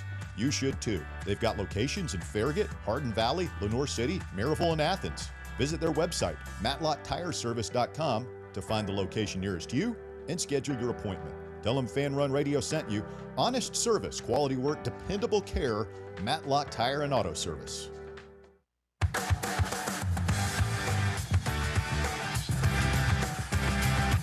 Well, Josh Heupel, the ball is still swinging on Sam Leavitt. Lane Kiffin and Josh Heupel dueling like a couple of swashbuckling buccaneers. Their swords out. Who will win the services of Sam Leavitt? Meanwhile, Joey Aguilar continues to twist in the wind. Judge today saying, I'm not going to give you guys any special treatment. Try and work you in after next week. Trey Wallace of Outkick is on the line. He's covering all this and more. Good afternoon, Trey. How are you, sir? I'm good, boys. I'm good. Finally got rested after a wild couple days with the CFP. And, getting ready to cap the season off a week from tonight in Miami, Florida. Well, maybe, I guess it's outside of Miami. They got that darn stadium like 40 miles outside of downtown, so that'll be fun. Will you be there? Yeah, I'm headed down Thursday night and look forward to covering Indiana versus Miami. Should be an interesting title game. I still call it Joe Robbie Stadium, home of Snowflake the Dolphin, Ace Ventura Pet Detective. It's such a good movie, man. And that stadium, too, man. Like, God willing, all those Indiana fans that want to spend $3,500 on a ticket to this game, I just can't imagine spending that much money. Especially, I mean, I just watched 3,000 Oregon fans travel to Atlanta this past weekend, and I sit there and counted like 30 to 40 of them leaving at halftime. So, it is what it is, right? Yeah, well, they can get ready for the Dylan Raiola experience next season or the season after that, I suppose. Trey, what's your take on Tennessee? I know you got sauces. What is going on inside the complex right now as Tennessee? I mean, like they have done fantastically on addressing their needs, particularly on the defensive side of the ball. You got a new starting right tackle from LSU. You're bringing in some you can bring in a running back, I assume, at some point, but fans are not going to be okay if you don't have a credible option at quarterback going into next year. No, they got to get this one figured out, and that's why I think what you saw last Friday. I'm getting all my days running into each other. When Sam Leavitt was on a visit to Tennessee, and as he's heading to Tyson McGee Airport to catch a plane down to Miami, you got Lane Kiffin already in town, sitting at TAC Air, rented out a little private room, and wanted to have a conversation with Sam about how much they screwed up the previous nights when Damon Williams from Washington put himself in, said he was going to go into the portal while Sam was at LSU. And I was told that did not go over well with the Leavitt family, especially when the news broke. It just so happens that a former influencer of a former Tennessee quarterback was allegedly involved in that, Mr. Cordell Landers, who just seems to find himself in trouble all the darn time. I love that guy. Really likes to run his mouth, too. But I think that where Tennessee's at right now, coming back, and I spoke with somebody about this about 20 minutes ago, Tennessee coming back, they were not anywhere near LSU's offer to Sam Leavitt. But, and I'm talking about at first, now they're coming back, like, hey, look, we're gonna up this thing. We think he could do a little bit more in this offense compared to LSU's offense with Lane Kiffin, and let's take a swing at this. And there's two parts of this. A little bit, Tennessee's pissed off about what Kiffin did last week. And when I say that pissed off, saying they're also kind of embarrassed that they let this go down, that Sam Leavitt's in Knoxville, and then Lane Kiffin is trolling Tennessee by posting pictures. Also, by the way, Lane Kiffin did not fly commercial, so the picture that you saw from inside the terminal at Tyson McGee, that was not real. That was an old picture, but he was in the private hangar right next door. So I think Tennessee feels a little bit embarrassed, a little agitated by how that went down. And, I'm not saying they're going to go out and spend $1.5-2 more million because they're agitated, but at the same time, they understand that they got to have a quarterback, man. Like Brandon Faison's not going to be ready. They're not going to trot him out there like Bryce Underwood or all these other freshmen and say, hey, boy, go at it. You know what I mean, young man? Go win us 9 games, 10 games. I don't think George McIntyre is ready right now. That's just my personal opinion. And talking with the folks, could he be ready by next season? Absolutely. But Tennessee's got to go out there and find themselves a veteran quarterback. And I think that also there is so much pressure on Tennessee to get it right in 2026. That I think that you have to be willing to spend the money. And it's a game. Look, this is a gamble, man. Like, it really is. I don't think Sam Leavitt's going to be ready to go until after spring practice. So you're either way, however this plays out, whatever school he goes to, I don't think he's going to be sitting there and working out. I mean, he could throw the ball, but he's not going to be sitting there and working out every day with him. So, look, it's smart for Tennessee to go back. I know that Sam Leavitt has not technically signed a deal as of, what time is it, 4/27? So why not keep swinging? Why not keep throwing out some financial figures and see if potentially he can pull it off? Still think he ends up at LSU, but I at the same time think that it doesn't hurt, because if not, you got to take a further step down and go to somebody like Bo Pribula, or go find somebody that nobody's talking about right now to come try to lead your program in 2026. The Joey Aguilar thing, like, I'm not trying to be Debbie Downer on this show in Knoxville because I love you guys. But that judge in that case this afternoon said, I'm not ruling anything. I need a hearing. This thing is going to take a couple of weeks.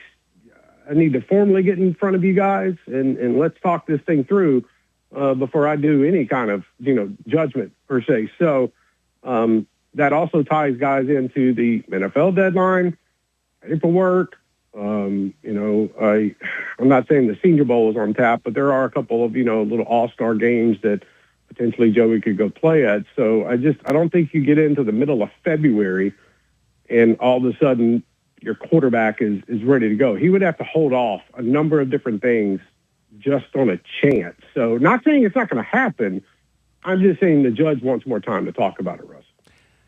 Hey, Trey, thanks for joining us, man. One of the things that went down this weekend, and I wanted to get your take on this, is obviously what you were just talking about with Kiffin showing up in Knoxville was one example of it. But then we also saw Texas just absolutely do a massive flex this weekend, right? They just went and took Hollywood Smothers, who, by the way, wasn't committing to just any old program. He was committing to Alabama originally. Correct. And Texas said, no, we'll take that. Here's some more money.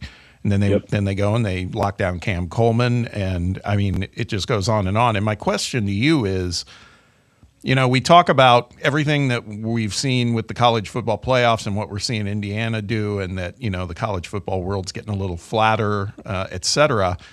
But, man, it sure still feels like it's going to be this whole who's got the biggest bankroll and who can – and it still feels like anything goes, too. That's the other thing. I mean, is there any guardrails in sight for this thing, or are we going to be just experiencing just pushing the limits constantly for the next couple of years? So I'll tell you something that a lot of people are not understanding about NIL over the last 2 years. Now, Bob, you're going to understand this because you worked in the business.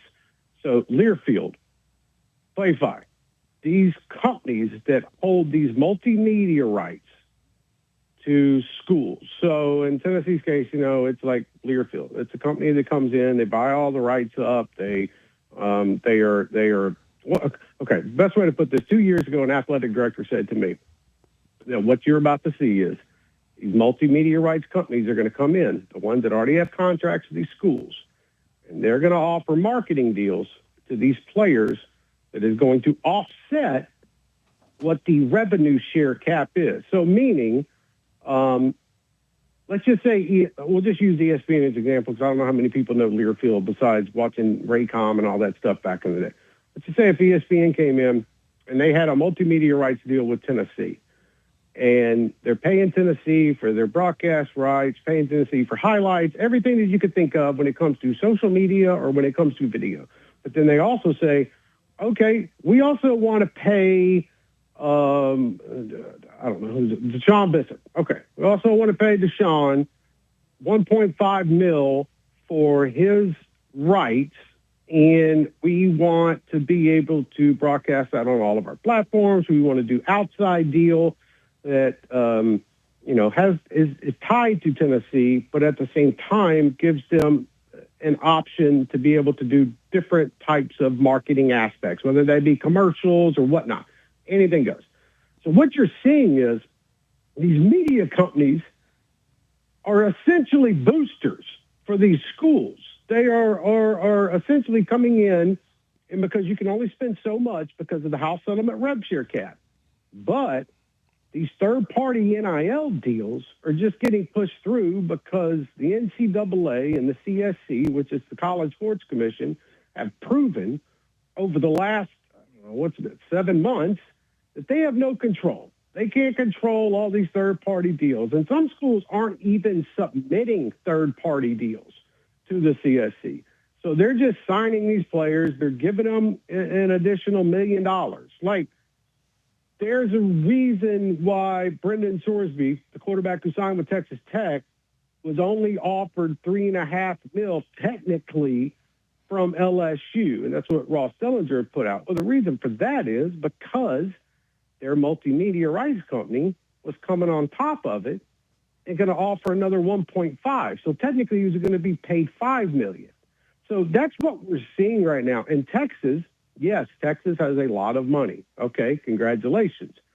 But it's not as if legally, by the rules, that you can go out and spend this much money on a roster. Now, you can do it, though, if you have these third-party deals that maybe you're not submitting or maybe you're not running up the chain, and you're saying, hey, you want to enforce it? Come try it. And so, really, that's where we're at right now. Like Texas, there are probably 6 or 7 schools that are spending this amount of money right now. And sure, others are trying, and others are trying to stay in the ballpark. But at the same time, Texas is like, let's go all in. Well, Texas goes all in every year. Like, I hate that notion that Texas is like, we're going all in for a title this year. Well, you darn well better should have been going all in last year. Like, why is it this? So I think that, they also realize that, hey, look, we only got Arch for one more year. Let's go out and find them some receivers. Go out and find them some running backs. And so this is where we are at now in college athletics, guys, where it's not and I don't mean this is not a shot at any collective or the ball club or anybody around Knoxville. But your $10 a month to the Vol Club is not going out there and paying for these high-dollar $2 million athletes. I'm sorry. It's just you're about $1.8 million off of how much money you raise. So I think that's where we're at now in sports, and it goes back, Bob, just to kind of come full circle in this answer. When NASCAR signed that deal with the University of Alabama 3 years ago, where they're going to be their promoting sponsor for the post-game show and the highlights and all that stuff. That was the first indication of how you were going to have multimedia rights companies come in and be able to offset, some of the financials that we're seeing now. And that's why some of these schools can afford this type of money.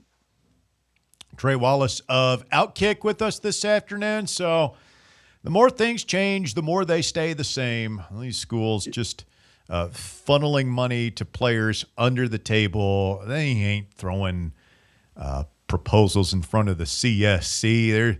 Jeremy Pruitt would be thriving in this environment right now, Trey. Thriving.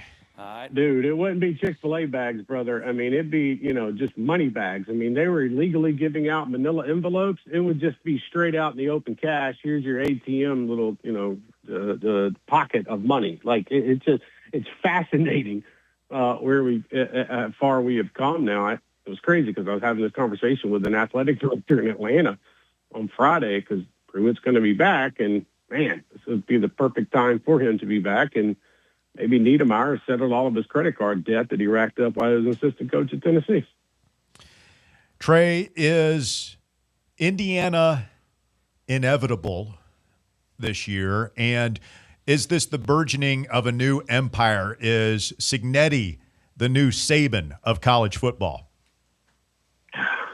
Man, it's crazy to see Indiana in this spot. I'll be honest. They're good. Like, that is a national championship winning football program. Like, that team demoralized Alabama and Oregon in consecutive weeks, and that comes off what they did in the Big Ten. Like, that is a good team, and they put it all together.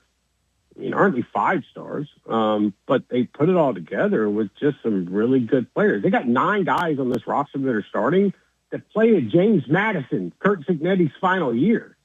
Like, so what I'm getting at is that you talk about a team just being able to find different spots where you're just beating other folks. And sure, I know a lot of people look at Mark Cuban on the sidelines, and I spoke with him after the game, and yeah, he's giving some money, to Indiana, but it's not as if they're, second string linebacker is making all this money. Who had, the third most tackles in the game on Friday night. Like this. And so here's what it is. It also says the notion that you can't win right now, I don't buy that one bit. Like, Kurt Cignetti is a very, very good football coach who is just a weird, loving dude. Like, I like the guy. He is so great to talk with. But at the same time, it's like, wait a minute, Lane Kiffin, you went to LSU because you thought you could win a national championship quicker, but then you got Ole Miss, who's pretty much 2 plays away from making the national championship game. And then you look at Tennessee. Tennessee, coming off this past year where, I thought that they pretty much lived up to the expectations that I had for them heading into the year. I think I remember having a conversation with you and Bear about that before the season started. But now it's time to up the ante a little bit. Like these windows, and we're going to find out this weekend too how much expansion we're getting out of the CFP in 2026. We're going to go to 16 or we're going to stay at 12, and I think we're going to know something more about that on Sunday when the CFP committee meets. And what I'm saying by saying all that, I'm saying this: like Indiana has shown there are ways to do this in quick manner, and I think that when you look across the country at these other schools right now that were playing in the CFP, and you look at some of the schools that were just beat the brakes off of them, it goes to show you that, okay, fine, money can buy this thing, but also you could also be wasting a lot of money by thinking you're going to go out there and make the semifinal. You're not getting a return on investment. The only people that are excited and happy, these boosters, about giving so much money every single year is the team that hoists the championship trophy at the end of the year. If you didn't, your little booster money that you gave to the program is pretty much wasted in their eyes. Now, I can make a few exceptions to that with a few schools out there. But how Indiana's been able to do it, and I give a lot of credit to Miami, too. Like, I know everybody looks at Miami and they think, oh, Miami should have been there all this time and blah, blah, blah. Well, they went through a rough patch. I could say the same thing about Tennessee. And I think that, even Miami being in this thing, when after that SMU loss this year, I was like, man, they faltered again under Cristobal. They've just continued to prove a point. So all of this is fascinating, brother. I think Indiana will win on Monday night. I just think, that's an overpowering team on defense. And also, I'll be honest with you guys, I don't trust Carson Beck. I know that he led Miami down the field against an Ole Miss defense, but it was an Ole Miss defense. And I'm sorry. I think Indiana is a heck of a lot better. And Carson Beck, he didn't throw it in there. He ran it in there. So when it comes down to it, Fernando over Carson for me. And, it's going to be really cool Monday night to see it all play out. And I'm sure they're going to be like 30 to 40,000 Indiana fans. Like, they remind me of Tennessee fans. I'm not going to lie, dude. Like, when they took over Atlanta last Friday, I looked around that stadium, guys, and it looked like a home game, and then you had like a visitor section. It'd be like if Florida came into Knoxville and they had their 5,000 ticket allotment that Tennessee gives them, and they're sitting there in a little small section, and they're up there at the top as well. That's what it reminded me of in that stadium. I've never seen anything like it before. So it's going to be fascinating when Indiana travels down the South Beach next week and takes it over. And we're going to find out really quick over the next couple months if Tennessee can also get back into that conversation. But yeah, man, this is where we're at in the football world nowadays. Isn't it crazy that really there was no guarantee Miami was even going to be in the field of 12, right? It took Duke winning the ACC title because Virginia would have had that slot, and then Miami might have not even made the field at all. And here they are. They're going to be playing for the national title. It is going to be interesting. It just feels like all the momentum, all the money, everything's kind of moving towards Indiana. I just wonder if Miami's just got a shot at all in this one. Their defense has been playing really well. I think they do. Like I think Indiana wins, but I think it's a good game. Like Miami's got such a ferocious defense. I mean, just ask Ohio State, ask Texas A&M, even ask Trinidad and Ole Miss in the first half of that football game. Like I know what happened in the fourth quarter. This is going to be a competitive game. I think that it gets the attention of folks because it's two teams that, and I know a lot of people, the Blue Bloods aren't in it. Well, a lot of people hate Miami. And a lot of people like this Fernando kid who is continued to try to turn heads. So I just think this is going to be fascinating. I think where we're at now in the sport is, guys, anybody can win this thing. You don't have to be Ohio State. You don't have to be Alabama. You don't have to be LSU. You don't have to be Georgia. I also think once we expand, it's going to open up more opportunities. And so it's crazy to think how far we've come in such a short period of time. But on Monday night, the Indiana Hoosiers are going to be playing for a national championship. And 6 years ago, they were playing Tennessee in Jacksonville in the Gator Bowl. Simpler times. Simpler Getting beat times. at that. Well, all right, Trey, we got to run, my friend. Thank you so much for hopping on. Safe travels. Yeah. Enjoy South Beach, and I'm sure we'll talk again soon. Hey, why don't y'all figure out what's going on with your basketball program?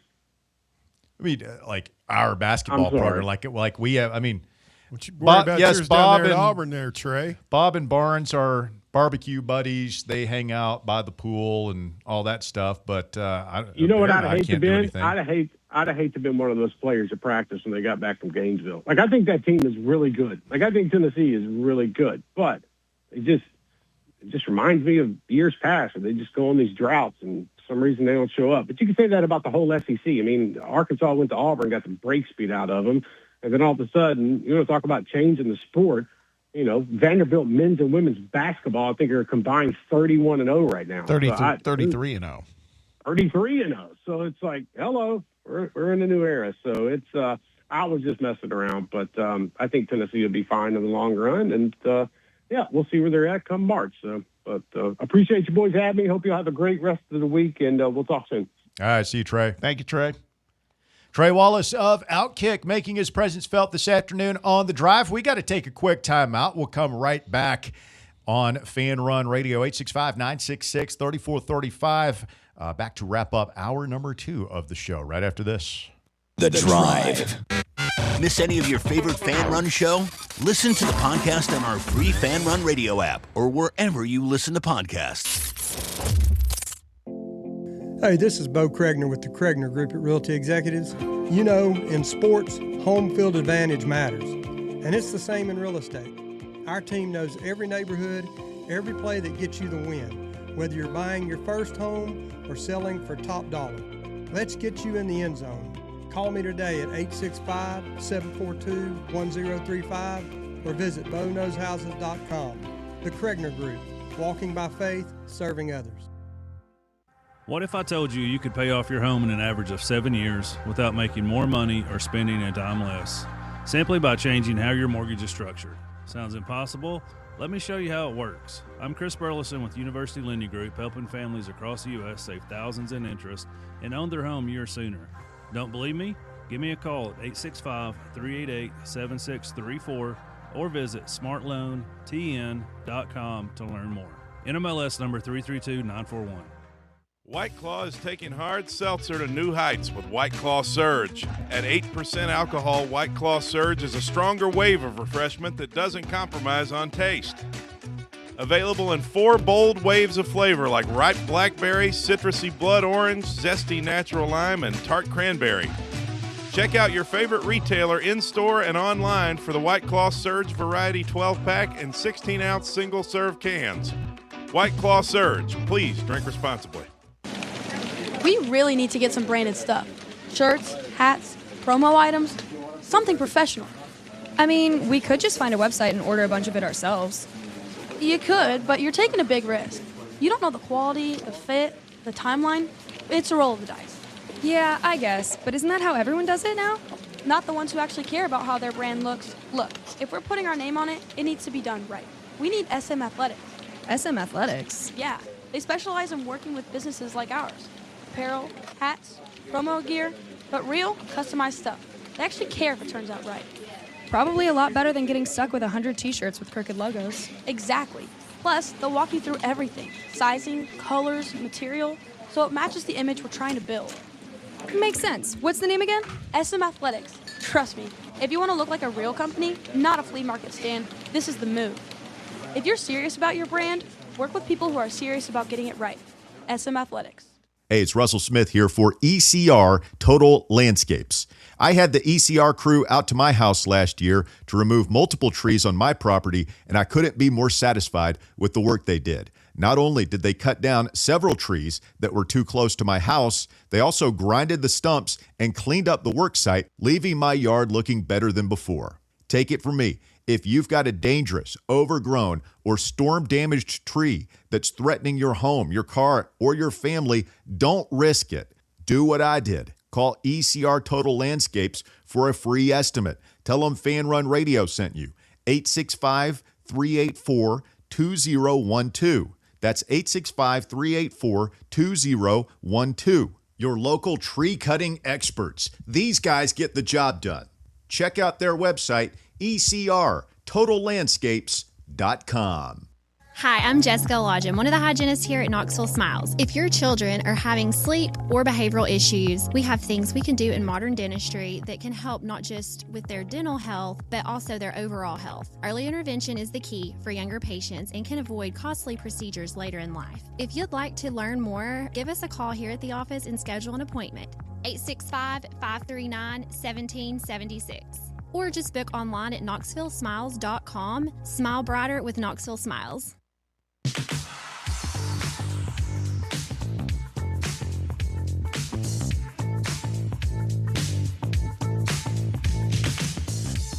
Fan Run Radio, the drive continues.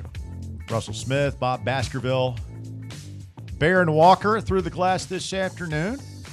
Phone lines open at 865-966-3435. Your phone number to get on the show this afternoon, 966-3435. Any more super chats, Bob?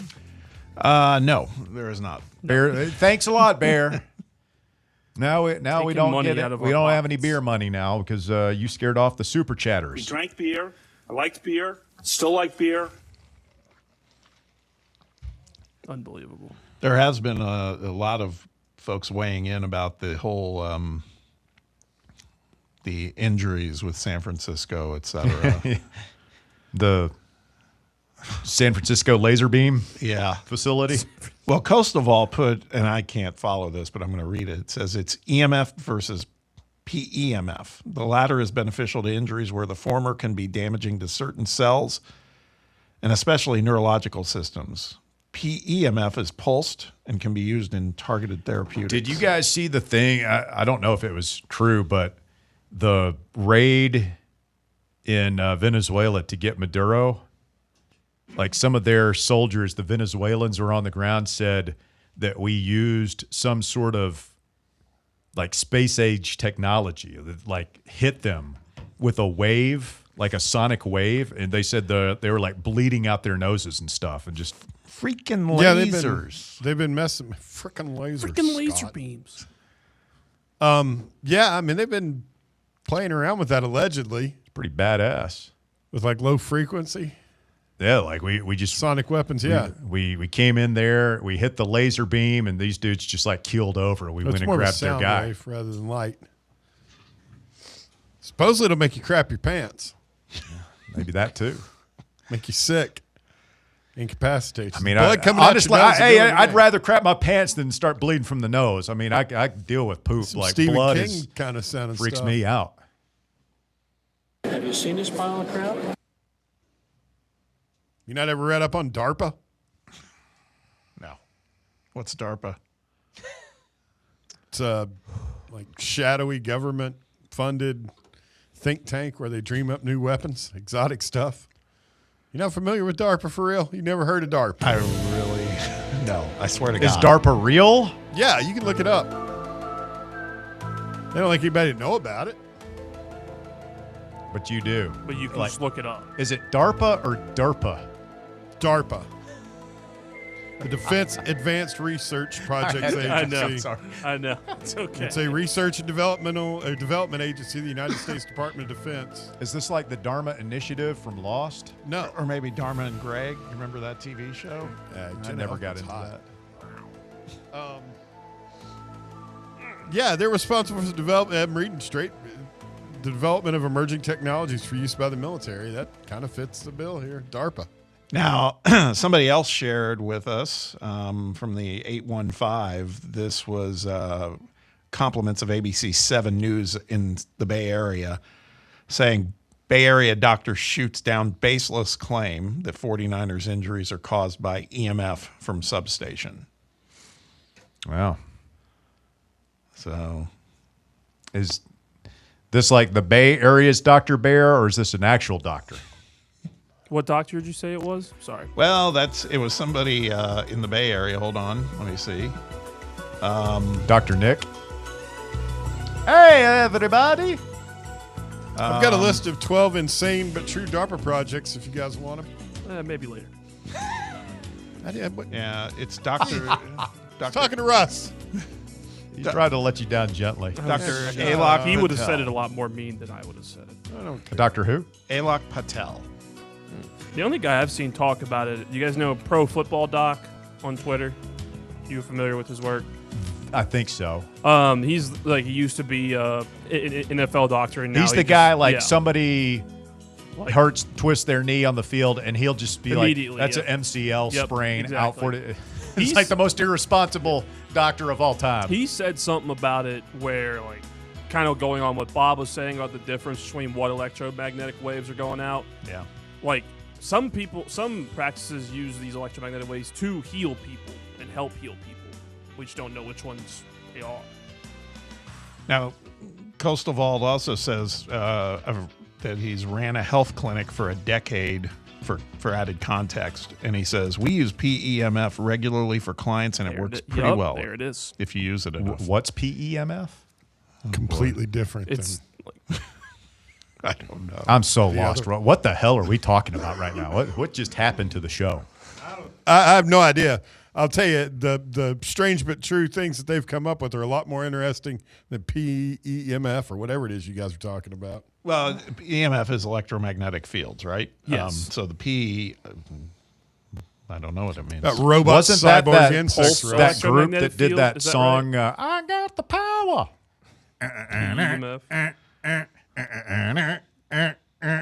Who was that, Bear? I know you know the show. It's like PMF Dawn. No, it was something power station. Seriously. CNC Music Factory. CNC Music Factory. That was it. No, that was a different group. All those songs kind of run together from that era. We used to have some CNC Music Factory. There was a good bit on the show. We used to. Now that's it. Bear and I used to dance to this. Ooh. Really? Really? Yeah. I don't know why, I but would this pay money this to was see a that. bit on the show at one point. Bear, you should start dancing. Oh, No, the power. I'm sitting this one out. You guys are missing out on some gold over here, Jerry. The power is done by Snap. Snap, that's it.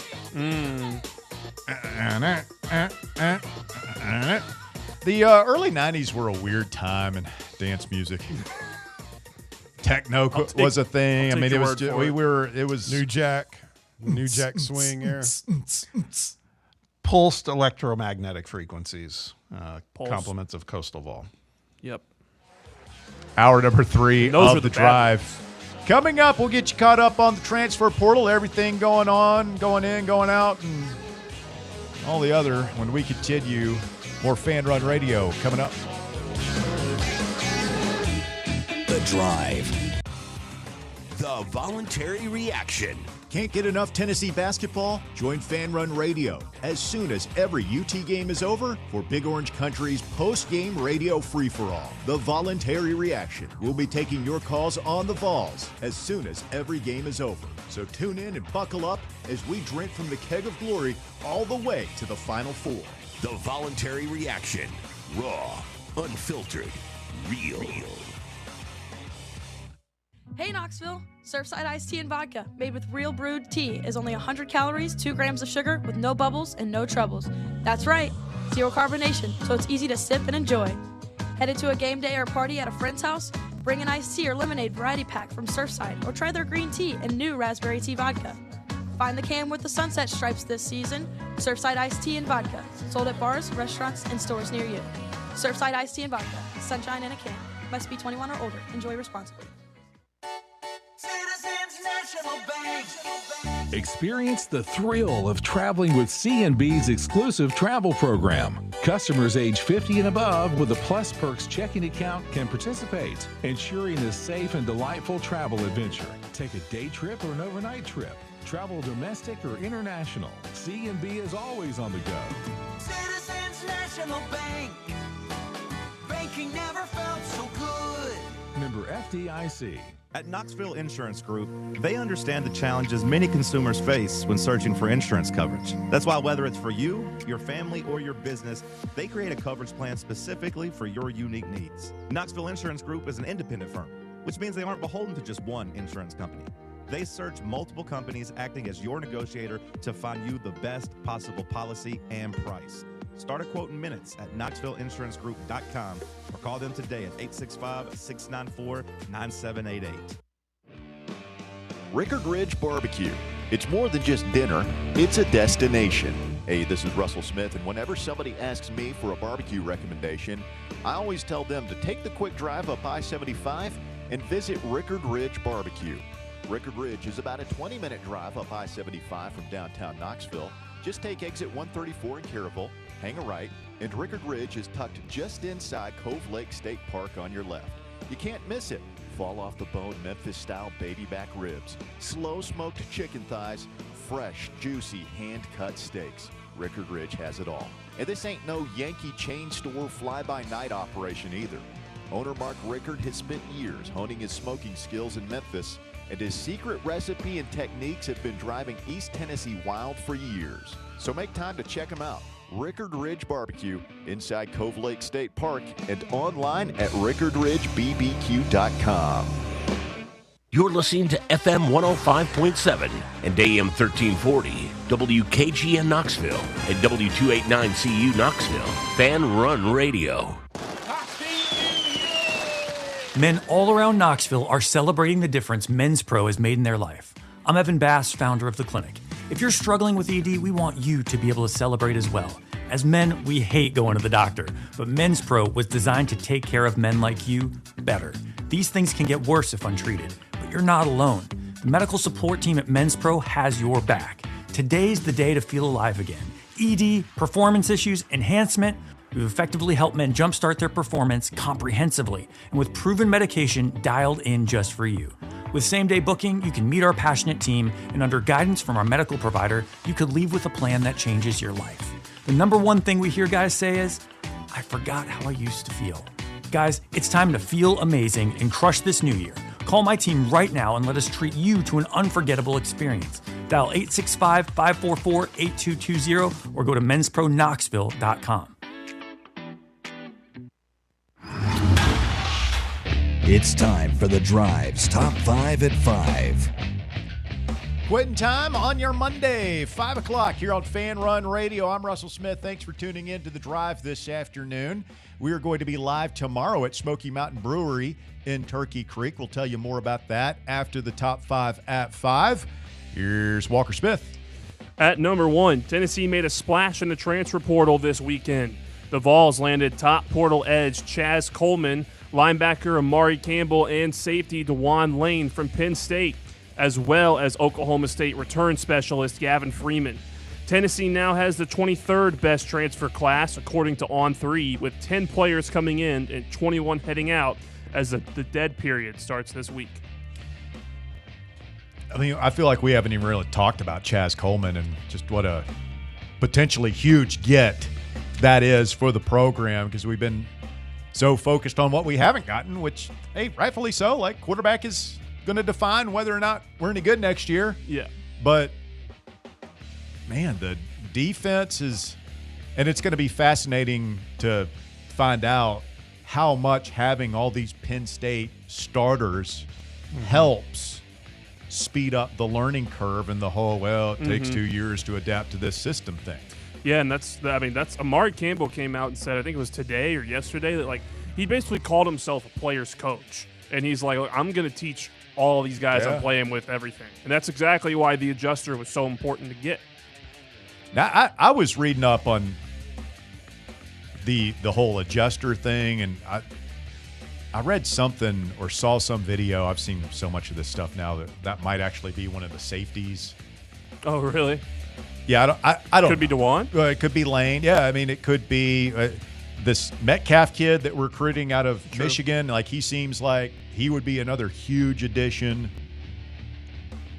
Certainly feels like this guy was honorable mention all Big Ten this past season at Michigan. He's a 6'1", 200-pounder. But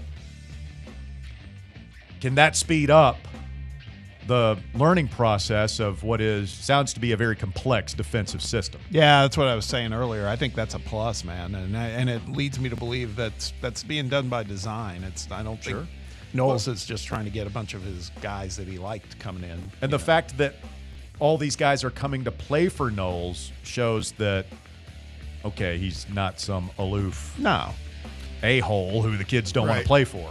He's also got one in every position group, I think, now on the defense. No, you're right. Secondary, linebacker, right, edge, and interior. Yep, and the last thing I'll say about Coleman, too, is multiple years of eligibility, too. We get him for 2 years. Yeah. That's pretty awesome. Like, even if bringing all of Knowles' guys in this year helps the whole, it takes 2 years to install a system thing, like that should speed up with all these guys. Imagine what this guy is going to look like next year or 2 years from now, too. Yeah, because it feels like we traded 5-star for 5-star essentially with Jordan Ross and Coleman. And Coleman's established, though. Like, he's not as much. I think, Ross is going into his 3rd year, where this will be Coleman's 2nd year, right? Yeah. Coleman's ceiling is probably top 10 draft pick, but he didn't play he didn't stay on the field all the time last year. I read up on him a little bit. I mean, I feel like Jordan Ross had a very high ceiling too. He was a 5-star recruit. That there's a reason LSU paid him a big bag to go down there, but I would rather have the guy in Coleman that is familiar with the new system that we're implementing. So I feel like we come out a little bit ahead in that, maybe. Yeah, and it also goes to what you were saying back when all this was starting, like we need to clean defensive house, get all the soft players out of there. Yeah. Got to get it done. New blood. At number 2, Matt Zenitz of CBS Sports provided an update on the Tennessee quarterback's future with the Vols and his attempt to receive additional eligibility. While a waiver is still being pursued and there's nothing final yet, it's currently viewed as unlikely that Tennessee quarterback will be granted an additional year of eligibility. There was a meeting earlier today where the judge said that the decision won't be for another couple weeks. No rush, Judge. Take your time. I'm sure you got to do all sorts of judgy things, and meetings, and robe fittings, and gavel purchases, and whatever else, judges He's a federal do. judge, correct? He's a judge. I don't know. I'm assuming this is in federal court. I mean, it moves slow, man. I was going to be surprised. I was stunned that we were going to get any kind of resolution today. So say Leavitt goes to LSU. Do you go ahead and sign Perbula? Probably. I would sign Perbula and make sure it's a competition between him and the other two on the roster. So he ain't signing to compete with 2 freshmen. Well, that's what it's. Other than Sam Leavitt, that's what I think it's got to be. So if you do that, you bring in Perbula with the 2 freshmen. What happens if in a month or so Joey does win his appeal and he gets the extra year? Then he plays. Mm-hmm. No? I don't know, man. I'm not so sure. If this thing gets drug out and they go and they invest money in another quarterback, I don't see him having a 4th. I don't see it happening. Well, he's not going to be getting, he won't be able to practice. If you get him on campus and you're able to, you'll be able to observe enough workouts and hang out with them, enough skull sessions and stuff like that to where you'll have somewhat of a comparison with Joey. I feel like if you feel like, okay, we can at least get this guy to where Joey was last year, then you say, thanks a lot, Joey. Best of luck to you. Yeah. But if you're like, man, this kid can't throw, and Joey becomes eligible, I think you find $1 million or $2 million, whatever, for Joey. And if Perbula doesn't like it, he can hit the door. Yeah, something along those lines. At number 3, the Packers are expected to work a deal out in the coming days to keep head coach Matt LaFleur in Green Bay. LaFleur has 1 year remaining on his current contract, leaving his future in Green Bay uncertain after Packers president Ed Policy said last June that he would prefer not to have a lame duck coach. There were some Titans fans who were hopeful that maybe LaFleur weasel his way out of there, I guess. I don't know, mutual parting of the ways or something, and he could come back home where he was the Titans offensive coordinator in, I believe, 2018, 2019, the first year of the Tannehill ascendancy. Yeah, I mean, fans don't make the call on this, but I've got some friends that have been longtime Packer fans. They're done with LaFleur. Are they really? Yeah, it's kind of surprising.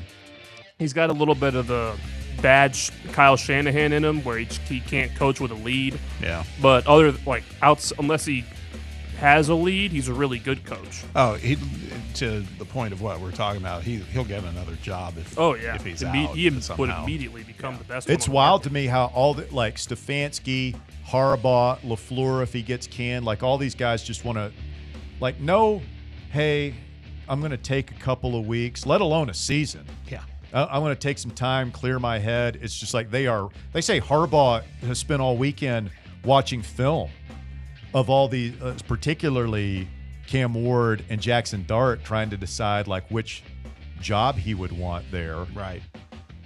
Oh, call me crazy. I guess these guys just ate up with football. They love it. They have limited amount of years to coach, and they don't want to spend any time on the shelf. But I would think, man, I get fired, I get a little golden parachute, maybe spend a year on the beach, recharge the old batteries a little bit. But I guess these guys are wired different. Maybe. And at number 4, 5-time major champion Brooks Koepka is returning to the PGA Tour as a part of a new returning members program, which would also allow 3 of the other Live Golf's top stars to come back if they wanted. The returning member program allows Live golfers who have been away from the PGA Tour for at least 2 years and won either the Players' Championship or one of the 4 majors since 2022 to return to the PGA under certain conditions and with severe financial penalties. They got to grovel a little. They got to buy their way back in. Other players who qualify for this are Cameron Young, Bryson DeChambeau, and John Rahm. The players that the PGA would want back. Yeah. The good ones. They're not worried about Phil and no the kid from UT who went there. When did Phil win the PGA Championship? It's not long. That was 3 or 4 years ago. He was 50. Might have just missed the 2022 cutoff. I think he was 50 years old. I'm about to say, if that was maybe right before this cutoff, they definitely made that cutoff so Phil couldn't rejoin. Well, I mean, he would be senior tour at this point anyway, yeah. right?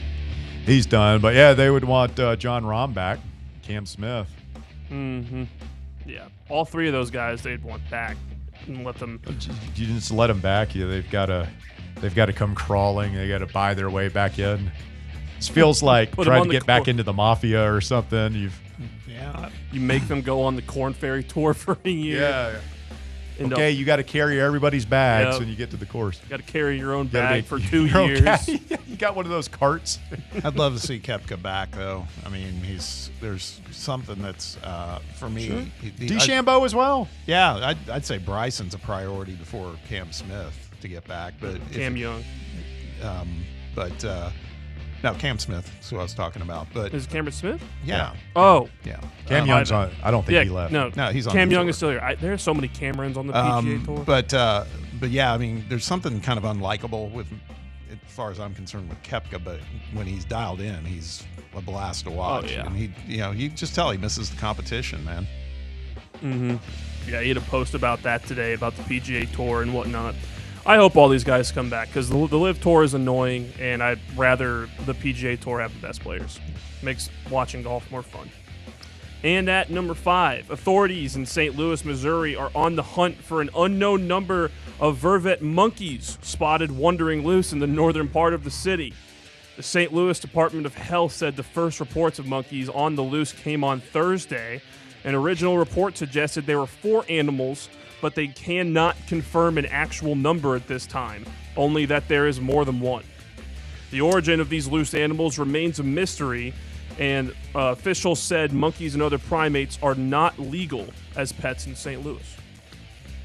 Chalk it up to people that had these things illegally as pets, then got tired of them and just took them somewhere and dumped them out. Not more AIDS monkeys? It always alternates. Like last week, it was buried alive people or we got whatever. animal themed. Yeah, and then this top one, 5 yeah, this week.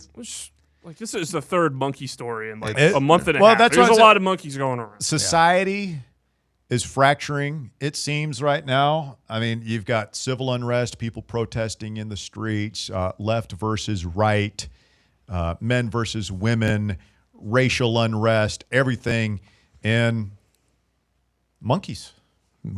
Just monkeys everywhere. in the streets. Telling you, man, we're this close to Planet of the Apes. Mississippi, Morristown, Missouri. It's got to be all connected. Yeah, I mean, it's not good. Somebody needs to get a hold of this thing before it spirals out of control. Someone. Thank you, Walker. We appreciate that. Top 5 at 5. It's brought to you by Smoky Mountain Brewery. We will be there. No monkeys, except for the goobers you see on stage tomorrow. Come on out and see us. We'll be getting ready for Tennessee and Texas A&M tomorrow. Have one of their delicious pizzas. I'm a big fan of the wings. You got to do the Thunder Road sauce if you get those wings tomorrow, folks. Juicy burgers and, of course, cold beer brewed right on site at Smoky Mountain Brewery. TVs everywhere. It's the perfect place to watch the game. I think we're going to hang out after the show, have some dinner in the 6 p.m. hour, and then watch. I'll stay for at least the first half of Tennessee and Texas A&M. If you want to come watch the game with us tomorrow, Smoky Mountain Brewery, Parkside Drive, Turkey Creek, right next to Calhoun's. And we'll start broadcasting live there at 1 p.m. with the playbook. William Pattison getting us started, and then the drive from 3 until 6. Looks like the Bama duo, Quay Russaw and I always forget the second guy. Is it James Smith? We'll just call him the Bama duo. Sound like they're headed to OSU, Ohio State. So that's not great. I did say earlier, I like, there's the Mathis kid. Walter Mathis. Wasn't that one of the grumpy old men? Walter Matthau. He's the original Bad News Bears. Yep, the coach. Buttermaker. I like this Mathis kid. Played a lot as a true freshman for LSU. A lot of upside there. Could potentially get him for multiple years. And then the guy from Texas A&M, Dylan Evans, who played in every game for A&M this year. He's a redshirt freshman. You get those guys. And then the Tulane guy. I always like players from those types, like Tulane, Liberty, Memphis, schools like that, guys that are like balled out at that level for multiple years and then want to come up a level. Yeah. Seems like you have a good track record with those guys. Jordan Norman, 6'4", 250-pound edge rusher out of Tulane. Had 6 sacks for the Green Wave this year. Would have 1 year of eligibility after playing for, I believe he played for South Alabama and then Tulane. So he's climbed the ladder, and my understanding is that Garner really likes him. So as we said earlier, like the Alabama guys, there's always rumors like these guys are being shopped. They went to the same high school. The asking price got too much for Bama. Well, the asking price is too much for Alabama, the school that invented paying football players. Roll down Tide. You know that maybe expectations are a little out of whack there. So, I mean, Ohio State's taking them.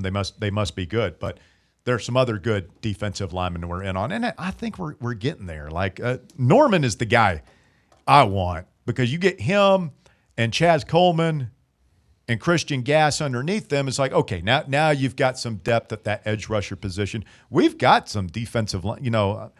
Hobbs is a nice player, still developing. Nathan Robinson, Flashlight. You got Isaiah Campbell and Ethan Utley, the two true freshmen who played this year. It's like, okay, and now you've got Gilliam from Penn State to add to that. Like, I don't know that we're huge numbers deficient on the defensive line. I don't take a body just to take a body. Like, but if you got a good player, you can improve like the your Tulane roster. kid, yeah, like go ahead and sign them up. 100%. I still would like us to get another secondary guy.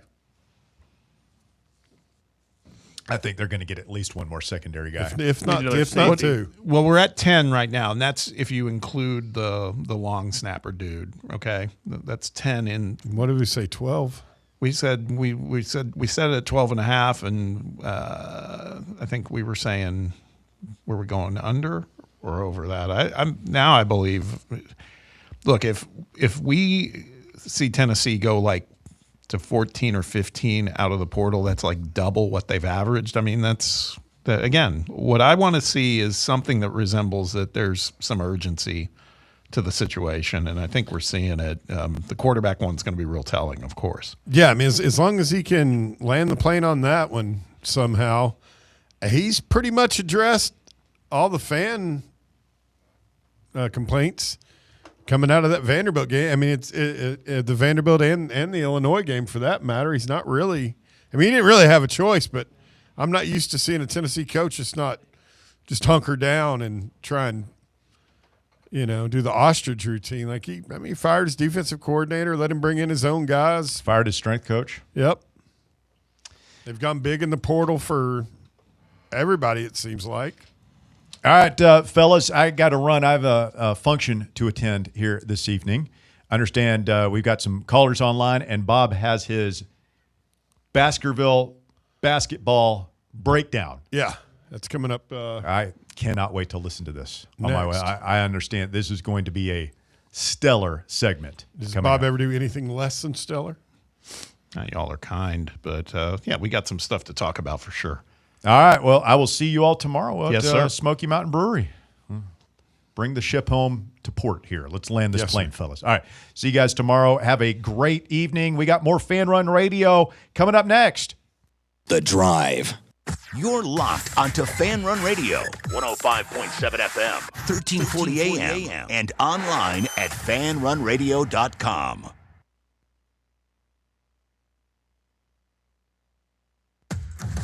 Smoky Mountain Brewery is the place to be for game day. From the moment you walk in, it's wall-to-wall big screens, making Smoky Mountain Brewery the perfect place to watch the Vols or your favorite team in action. With locations in Turkey Creek, Maryville, Pigeon Forge, and Gatlinburg, you're never far away from a great time at Smoky Mountain Brewery. Try one of their world-famous microbrews like Black Bear Ale, Mountain Light, or Cherokee Ale. Juicy burgers, wings that bring the heat, and delicious handmade pizzas made with hand-tossed crust from the freshest ingredients and their own special sauce from a secret recipe, topped off with hand-grated cheese and farm-fresh toppings. And don't forget, those famous microbrews are also available in kegs for your next party or in 6-packs and growlers to go. So grab your crew and head to Smoky Mountain Brewery and tell them Fan Run Radio sent you. Smoky Mountain Brewery. Eat local, eat good.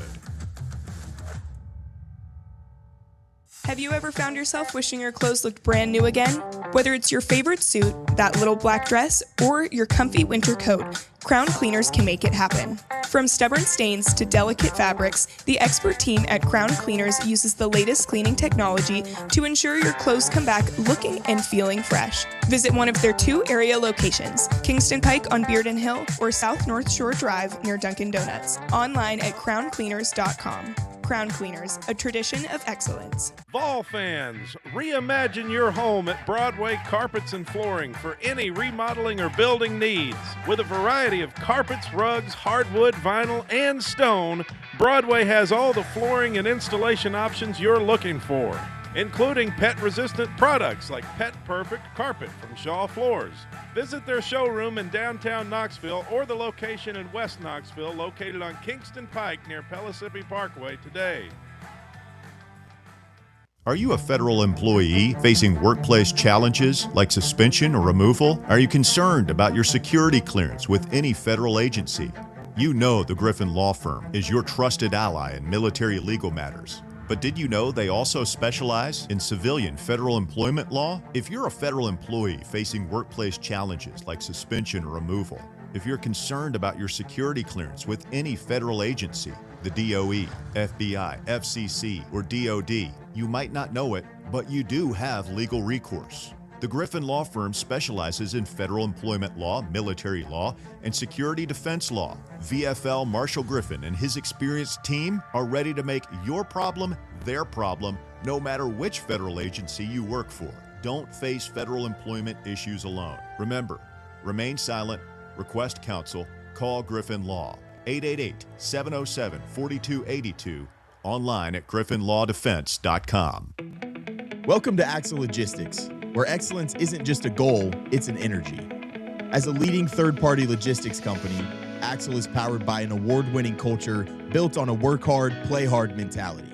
Here, the drive for success is contagious and hard work never goes unnoticed. Whether you're just starting out or looking to level up, Axle Logistics is the place to launch your career. Join us and take your ambition to the stars. To learn more, visit axlelogistics.com.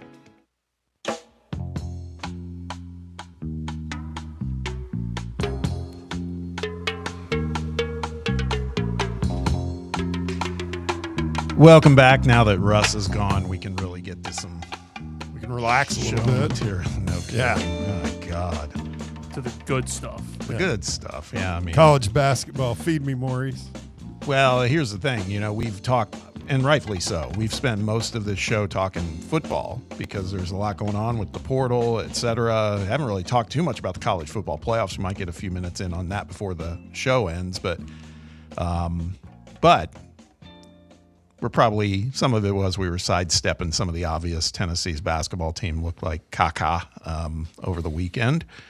But there's a lot that's going on, and honestly, we're seeing a lot of other teams that are kind of leveling out too, which gives me still a little bit of hope for what the remainder of the season could look like as we close in on March. So with that said, Bear, cue the music. Let's recap the college basketball weekend. Basketball Jones, I got a basketball Jones.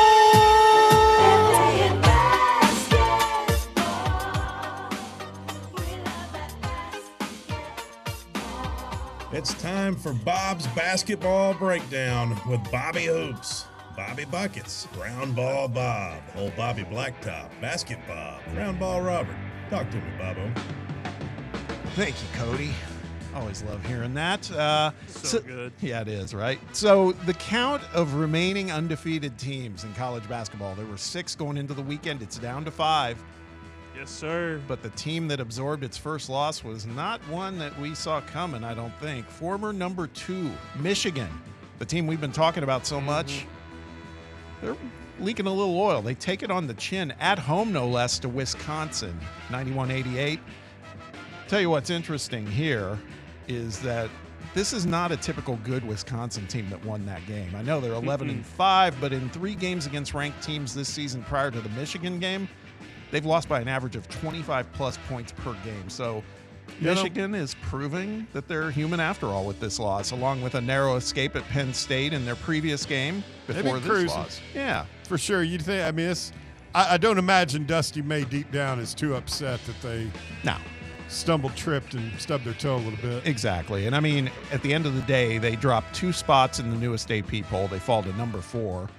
But even with the loss, Michigan remains at the very tip top of Ken Pom, Torvik, and the net. So it's a pretty wide gap too. They're still a 1 seed, right? Yeah, exactly. I mean, not a whole lot lost there. Might be a good wake-up call for them. Otherwise, the rest of the top 10 took care of their business over the weekend as number 1 Arizona, number 2 Iowa State, and number 8 Nebraska all remain unbeaten. Meanwhile, number 3 UConn rolls for their 12th straight win, and number 7 Houston wins their 10th straight after that loss to who? That'd be us in Vegas, but Houston's been playing great since then. In closer matchups, number 6 Duke holds off SMU. It was a good game. Yeah, SMU till late. Duke kind of pulled away. Yeah, I would say they acquitted themselves pretty well on the road, honestly. Number 5 Purdue outlasts a suddenly game Penn State team who's all of a sudden playing everybody tough. And then this one is weird to me, guys. A number 11 BYU, they win a tight one in their Holy War matchup with Utah.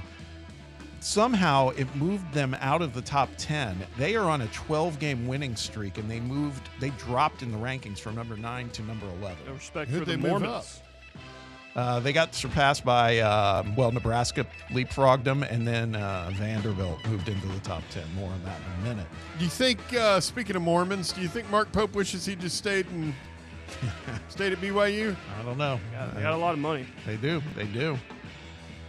Speaking of moving out, the Kansas Jayhawks, we talked about this a little earlier in the show. They fall out of the AP Top 25, and I say, hey, better them than us. Mm-hmm. I was very surprised Tennessee stayed in for a 90th consecutive week at number 24. Now, moving over to the SEC, one of those 5 remaining unbeatens I talked about, they reside in the West End. Vandy follows up with they had that inspired win over Alabama. Then they take care of LSU on Saturday in business-like fashion.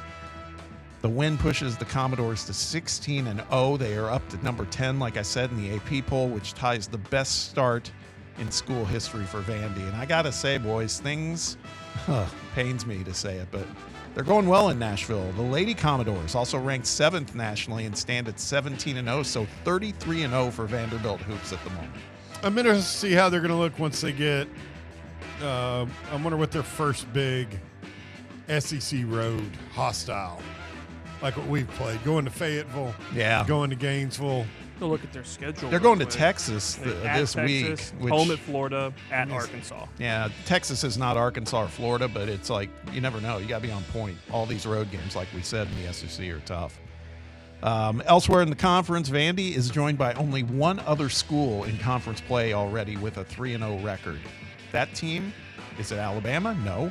Auburn? No. Florida? Nope. Kentucky? Hell no. Hell no. The other 3-0 squad is Texas A&M. Buckyball.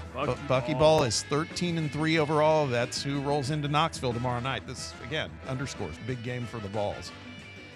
Now, as for those teams I mentioned earlier, Alabama, Auburn, Kentucky, they all join Tennessee, Texas, and 3 other schools currently at 1 and 2 in the SEC standings. I mean, it's a mishmash of teams, really. That just tells you, again, the conference is going to be tough yet again, and we haven't even mentioned there's all these other teams bunched up at 2-1, Arkansas, Florida, Georgia, Missouri.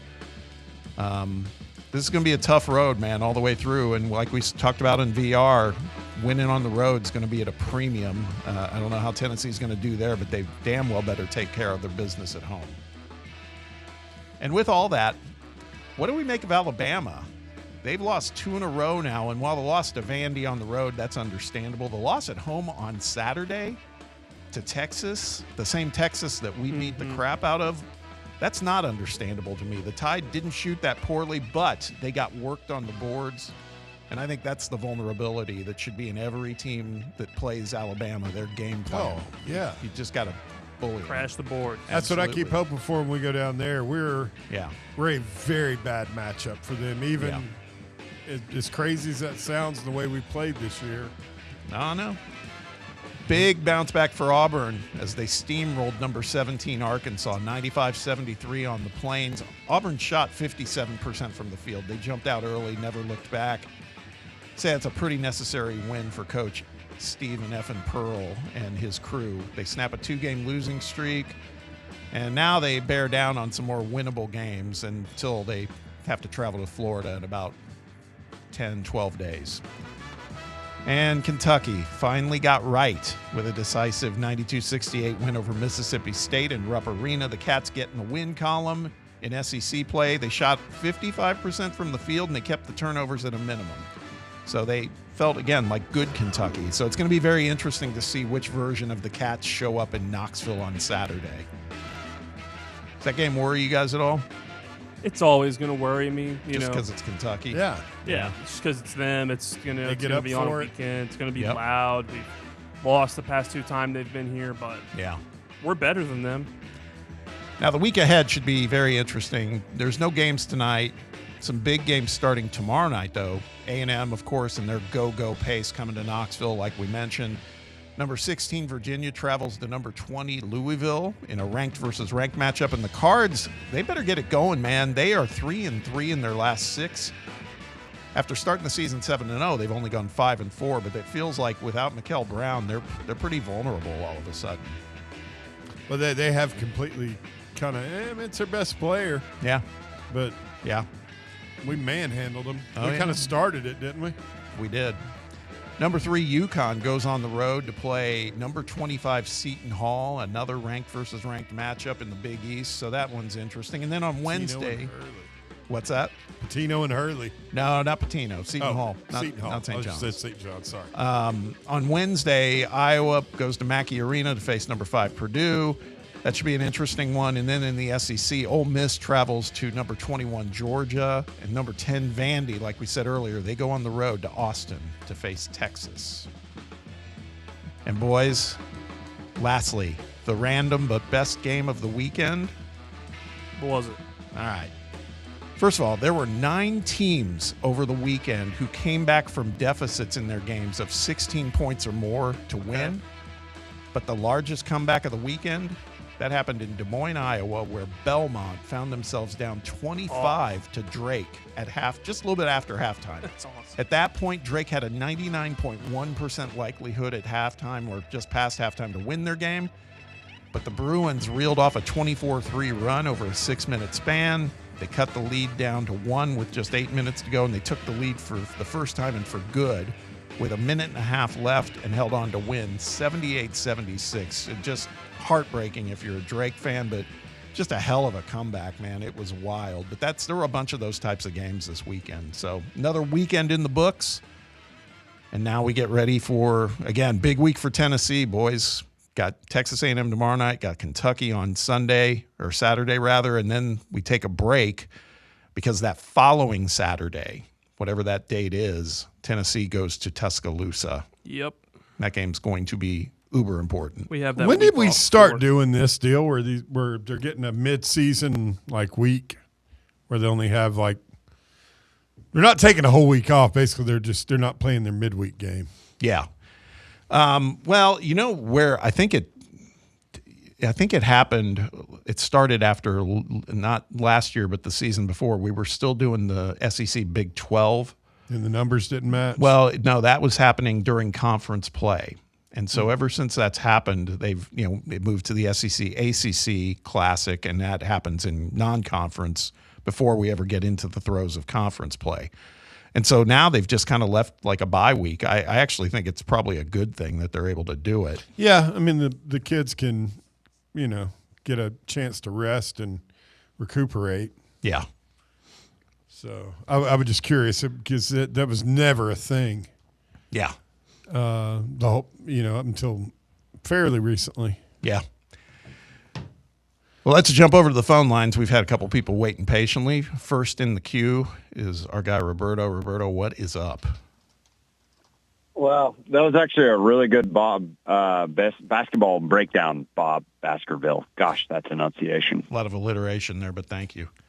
Yeah, I said enunciation, which is also alliteration in this case. Yes, you ain't getting that content anywhere else other than Drive. I'm telling you right now. No, I really enjoyed Pure it. basketball For the knowledge record. coming from my guy. No, I really enjoyed it. That's not snarky at all. I actually appreciate enjoyed it. It's good to hear the adults in the room with Russ finally leaving. So kind of nice. I just kind of glanced at the schedule while I was listening to you guys. And Tennessee's got to go 9-4, right, to get to 20 wins. We got to find 9 wins in our next 13, right? Is that the number? Yeah, that sounds about right. Oh my God. Yeah. I didn't realize that 3 of our next 6 away games are ranked teams too. I mean, I knew Georgia was okay. I knew that Alabama, though they looked really crappy against Texas, is okay. But I just didn't realize how gnarly our road schedule was up front. And I don't know if we catch Michigan in the rear, Missouri. I know we catch them on the road, but I don't know if we beat them. Man, they're pretty good. No, that's what we've been saying about Missouri is they're just together, man, all the time. I know they had that 1-0-18 season under Gates, but by and large, they're a problem in most of the seasons. Especially for us around. as teams. Yeah. Even when we're really good, they come in and they have some lanky 6'8" guy who you've never seen with some headband on, and he strokes like 8 threes. Yeah. I don't remember that. You know what game I'm talking about. I don't remember his name, but like that's what happens to us against them. So I don't see us getting to 20 wins, and that would be in regular season. Would that be the first time other than 2020 in like 10 years Barnes hasn't gotten to 20 wins in the regular season? Could be. I mean, we talked about this on Saturday after the Florida game on voluntary reaction. That road schedule, I mean, they've already got 2 down, so they have 7 road games left. And I think it's going to be a task to be 3-4 in those road games. So, yeah. And so that means you've really got to take care of business at home. I mean, we're crazy to think. You pretty much have to go undefeated at home. I was going to say, but I think that's going to be hard. I think it's got to. I don't think that's happening either. Yeah, realistically, like 8-1, but that's almost necessary at this point. I mean, and that's beating Stephen F. and Pearl, or that's beating Alabama at home. Right. And I'm just not sure I see us taking both of them down at home, or at least one of them. I don't know if we don't lose both those games. I don't know. I think Auburn will come in queued up for us, and I think Alabama probably will be actually a really bad matchup for this team. I don't want to rehash everything we said on VR, so I'm just going to leave it at that. But the other thing I wanted for you guys is missing on these 2 Alabama guys, because it seems AP's basically he's reporting that they're going to go to Ohio State. Now, that feels like a gut punch, because I really thought we were going to get those guys. And if you get those 2 defenders from Alabama, I mean, you're talking about the best defensive class in the portal, period. Yeah. So now you've got to go all in at the kid from Pitt, because you've got to have another defensive tackle, and kind of like I guess you wouldn't call it a 2 technique necessarily in this defense, but you need a nose tackle for this defense, and I just don't see it out there right now. So I'm a little bit worried. I'm less worried about the quarterback thing. Preferably, Bob, we've talked about it last week, and Bear, I think you said it too. I don't want a quarterback who all 4 or all 5 of his toes, I guess I don't know if the big toes included, but like all 4 of his main toes have like broken off his foot. I don't think I want that. And yet they keep pursuing this guy. Here's what I lay before the board of elders here, and I'm going to leave with this, guys. If he wants, like, I've heard all the way to $6.5 million today. I don't know if that's true, but I know it's at least 4. Okay, so if he's asking 4 to somewhere, call it 5 for easy numbers, do you not just cut that in half and go get 2 really good lower high-level guys? Nobody's signed yet. Go to the guy that was at Old Dominion and offer him 1.5, and then go to the kid at ECU and offer him 1.5, and have them come in and duke it out, because you're going to need 3 QBs. And if you bring one in, George is leaving, so you have to bring in 2. So bring in 2 lower-level guys that actually have all their extremities attached and working, and see what happens. See ya. That's interesting. Yeah, I mean, but now Colton Joseph, who you're talking about, I guess maybe he hasn't signed, but he's committed to Wisconsin. Mm-hmm. So he's already presumably out of the mix again. I guess what we've learned over the weekend, based on what we saw what Texas did and what Tennessee might be trying to do with Leavitt, is until it's a signature on the line, anything goes. You got to keep pressing. Anything goes. Mm-hmm. I mean, I don't hate the sentiment of, if you don't get Leavitt, bring in people and make it a competition. I would just say make it a competition with the QBs we already have on our roster too. Like, we don't have to go get 2 of them. Yeah. Just go get 1 and make it a competition. Kind of like what we did with Joey Aguilar, maybe even a little more of a competition than when it was with him. Yeah. No, I agree. Boys, that one flew quickly. That was a good segment. Mm-hmm. It's good stuff. Just some good basketball content. Yeah. See, we get Russ out of here, we can make some stuff happen. Yeah. That's all there is. It's kind of a blowhard, if you ask me. Yeah. I've been with the guy for a long time. He's not a very nice guy. I thought my DARPA stuff was gold earlier. I still can't believe you've never heard of him, Bob. I haven't. Hey, let's take our last time out. When we return, I think we have another caller we got to hit as well, and then we'll wrap things up. Let's talk a little bit about maybe the playoff as well. I know it's a week off, but still, we haven't spent too much time talking about what we saw on Friday night at the Peach Bowl, because that was, I think that's got everybody just kind of giving pause to everybody about, my God, what has been built here? Is that maybe the best team ever in college football? I got some comparisons to draw. We'll talk about it when we return. Stick around. We'll be right back. You're listening to The Drive on Fan Run Radio. The Drive. 105.7 FM, 1340 AM. Online at fanrunradio.com and streaming on the free Fan Run Radio app. This is Fan Run Radio, Knoxville. What kind of day is it? It's a White Claw day. Light and refreshing tasting, uniquely cold way filtered. There's an iconic flavor for everyone. Come on, grab a pack. White Claw. Grab life by the claw. Please drink responsibly. Hard seltzer with flavor. White Claw Seltzer Works, Chicago, Illinois. Yeehaw! I've been hooting and hollering ever since I started betting with the VIP Play app. VIP Play has more than 200 leagues. Every bet type you can imagine. Live betting and live hosts, all with 24/7 support from real live people when you need them. Start betting better with the VIP Play app today. Don't be a better, be a better with VIP Play today. Download VIP Play today or head to VIPPlayApp.com. Make sure you use the promo code FANRUN to take advantage of their welcome bonus and so they know that we sent you. Gambling problem? Call 1-800-8899-789.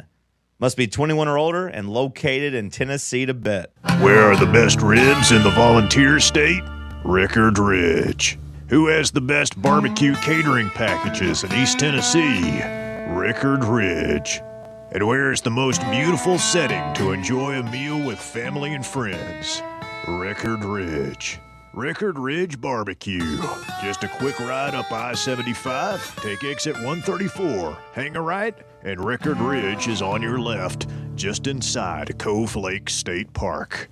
Your smile says it all, so make sure it's saying the right thing. At Knoxville Smiles, we believe healthy teeth mean happy lives. Whether it's a routine cleaning, whitening for that big event, or fixing a nagging toothache, our gentle team is here for you. With flexible hours, family-friendly care, and the latest technology, Knoxville Smiles makes every visit stress-free. Don't wait another day to love your smile. Call Knoxville Smiles today at 865-539-1776 or book online at knoxvillesmiles.com. Smile brighter with Knoxville Smiles. Located in Knoxville's historic Old City, Barley's offers great food, live music, the best draft beer selection in town, and now your new favorite place to watch sports.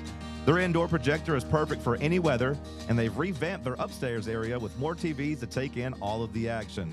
Their menu features hand-battered chicken tenders, juicy burgers, fresh salads, and the tastiest pizza in Knoxville. You can enjoy their happy hour drink specials daily from open until 6 p.m.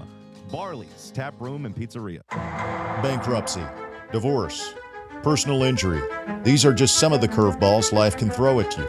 Fortunately, East Tennessee has someone to help you work through these problems and recover. The law offices of Jerry R. Givens. If you're in need of legal advice, call today to set up a free, no-obligation consultation. 865-801-9250. As always, the phone call is free, the advice is free, so what do you have to lose? Call 865-801-9250 or go online to jrglawtn.com. That's jrglawtn.com. The law offices of Jerry R. Givens. Legal expertise you can rely on.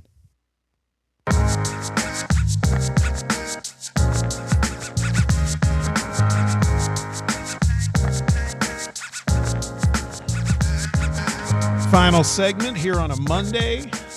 Bob and Bear and Walker bringing you home. A couple of things that popped up on the text box. This first one from Chris in Bristol. He said, when is there going to be a cap on all this NIL expletive? It's a great question. Right now, it's kind of, it's kind of wide open. There's no cap. It's just not until we get a, CBA. Yeah. No, I know. Get a CBA, the players are going to have to unionize. That's what it's going to take.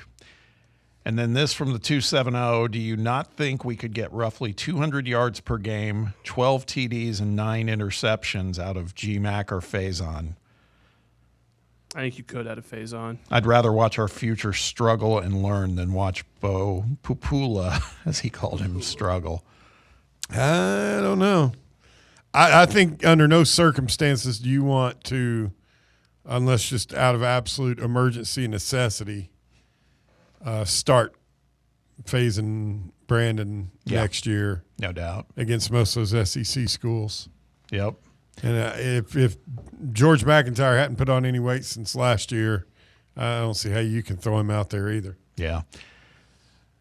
By the way, before we jump to the phone line, one more on the text box, and that question was, any movement on the strength coach? We need that filled. We haven't heard anything. Still nothing. I think they're gonna wait till after this is all taken care of before doing the strength coach. I bet. Yeah, resources are stretched thin.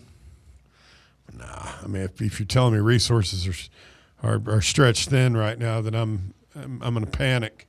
But by chew bubble gum and walk at the same time over there. They got to have the. I just wonder if they're not saying anything. They've already know who they want. Getting ready to put them in place. Yeah. I mean, maybe as long as we got one before spring practice. Yeah. One more. No, you hold on. No. You don't understand. You have to have your strength coach ASAP. He's the coach that's in charge of all the off-season workouts. Got one more from the 815, and this is back to all this other stuff that I am struggling to grasp. But this is the person who had sent us the story from ABC 7 News that Bay Area doctor shoots down baseless claim. He then writes, they are called V2K DEW's voice-to-skull direct energy weapons. Look up targeted individual phenomena. There you go, Bear. Well, no, I'm familiar with what they are, Bob. I'm the one who's educated and isn't, not a sheep. I know that our government's done some wacky stuff over the years. I wonder if this is the stuff they talked about using in Venezuela. Probably. It's what LSU accused us of using last time we were down there. Seriously, on the kickoff. And then on the live chat, Holston1998 or 1998 says, the rumor is that IU's Indiana's strength and conditioning coach is on the list, which might, if that's the case, then you might understand some of the silence because they've got a little bit of a game to focus on right now. I'm interested to see. I think, would you agree this is going to be the stiffest defensive front that IU's face this year? Come Monday night. Yeah. Ohio State's pretty good too, and you saw they didn't go off the hook offensively against Ohio State. So yeah. I mean, I wonder. It's going to be a really interesting matchup to watch. I mean, that line of Indiana, that offensive line's salty, but those Miami dudes, that's like an old school Miami team. Holston 1998 is saying that IU strength and conditioning coach was also the S&C coach with Heupel at UCF. So might have an inroad there. All right, let's jump over to the phone line. Got DR Vol waiting. DR, what is happening, my man? What's going on, guys? I mean, has Leavitt been cleared to play? This makes me extremely nervous to pay this guy all this money. And I know, I've been a Tennessee fan my entire life. I know how this plays out. He tweaks it or something in the fall, and he never plays for us, but he gets paid. Yeah, like kind of a much more amped up version of what ended up happening with Jermod McCoy, right? Yes. I mean, at least we got coming a mile away. McCoy. For sure. That's fair. Given a choice between the two, I swear to God, this will sound crazy. I almost wish that we had gotten the other quarterback that Kiffin snagged, because I think he'd fit our offense and wouldn't have been that expensive, and we could have spent the money, all the money that we're getting ready to, that we would spend on Leavitt, on just making the overall team a lot better. Yeah, go get me Will McBride or Sherrion Jones. Give me one of them guys. Somebody put up those rankings. Was that you, or did you see that? The court, no, but that was incredible. About Juwan Jennings. What a quarterback class that year, Bear. I was just stunned. Lamar Jackson in it. Sherrion Jones was ranked ahead of him, Bob. Yeah, I know. That's incredible. It's incredible. Bob, this is a question for you. I thought you'd appreciate this. I saw an advertisement. I don't remember what it was for, but it was Dirk Nowitzki. He had a hat on, and I swear to God, I thought it was Mark Pope at first. They look just alike. With a hat, I could see it. I mean, because Dirk's got more hair, but yeah, that's pretty funny. Yeah. Well, Bear, you going to be at Smoky Mountain Brewery tomorrow? Yes, unless DARPA comes and kidnaps me in the middle of the night. Okay, good deal. Looking forward to it, y'all. This time tomorrow I'll be drinking beer with y'all. And, Bob, one question before I go. Who wants a T-shirt? Not him, listen. Yeah, I heard some yesterday. The guy never sleeps. He was. He does Lady Vol games too. Yeah. Oh yeah, man. I sent that video. He was out there yesterday. He's a hard-working man. He is. He is that. Got to hand it to him. Boys, we almost got through the entire show and did not realize this. What? 16 years ago on this date, do we know what happened? 2010. No. Oh, hold on. Wait, It's timely. It's timely given everything that's going on right now. Oh, it's on the tip of my brain, Bob. Okay. Go ahead. Lane Kiffin. Yeah. Left Tennessee for Southern Cal. What a punkin' clown. And ironically, our guy Shump, he posted this today because he reran the piece that he did about a year ago on this. Yeah. The oral history. And Lane Kiffin weighed in saying, ironic, 16 years ago today. And then he did the little emoji of the thinking guy. Man, I'm kind of I'm so tired of him, dude. I know. Well, as one of the guys on the RTI thread said, he goes, just amazes me that Lane manages his personal socials to a level to where this would even hit his radar. That, and he totally misused the word ironic, which is funny. Anyway, it is crazy, man. When you see that stuff, it's like, that's why, man, I do hope just for the comeuppance alone, man, let's get Sam Leavitt. I'll take a moment of just not thinking rationally. I just much rather just beat his ass this fall when they come up. Well, that here. too, of course. But he's such a sociopath. Remember the guy who got sideways with a reporter from down there about the hoe comment? You can't. Yeah. He did you see his latest piece or the little thing he put out about Lane? And no. To me, and it wasn't in any way and not nearly as insulting or derogatory, it was calling him a hoe, but it was so much worse where he basically said, this is a guy that's never going to be content. Yeah. He had everything anyone could want in Oxford. He could say, he was one of the highest paid coaches in college football. He was never told no about wanting to bring a player in. The money was always right. They made it to the semifinals. Yeah. I still wonder if they would have made it that far with him. Yeah, I don't know. I don't know if those guys, a team will pull together and rally around, yeah. How much of their run was because of what happened. No doubt. All right, boys. I think it's time to call it for a Monday. What a start to the week, though. And tomorrow, I imagine the beat will go on. There's a lot to talk about. We'll be previewing tomorrow's game with Texas A&M. We'll be talking about, hopefully, maybe some more movement in the portal to Tennessee's benefit. All of that. Bear, Walker, thanks for the help as always. Great work by you both. Thank you all for listening. Russell will be back with us tomorrow. We'll be coming to you live from Smoky Mountain Brewery, by the way. So if you're so inclined, come see us or give us a listen. Hope you all have a great evening. Talk soon.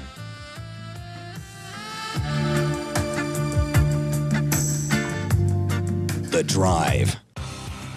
The voluntary reaction. Can't get enough Tennessee basketball? Join Fan Run Radio as soon as every UT game is over for Big Orange Country's post-game radio free-for-all. The voluntary reaction. We'll be taking your calls on the Vols as soon as every game is over. So tune in and buckle up as we drink from the keg of glory all the way to the Final Four. The voluntary reaction. Raw, unfiltered.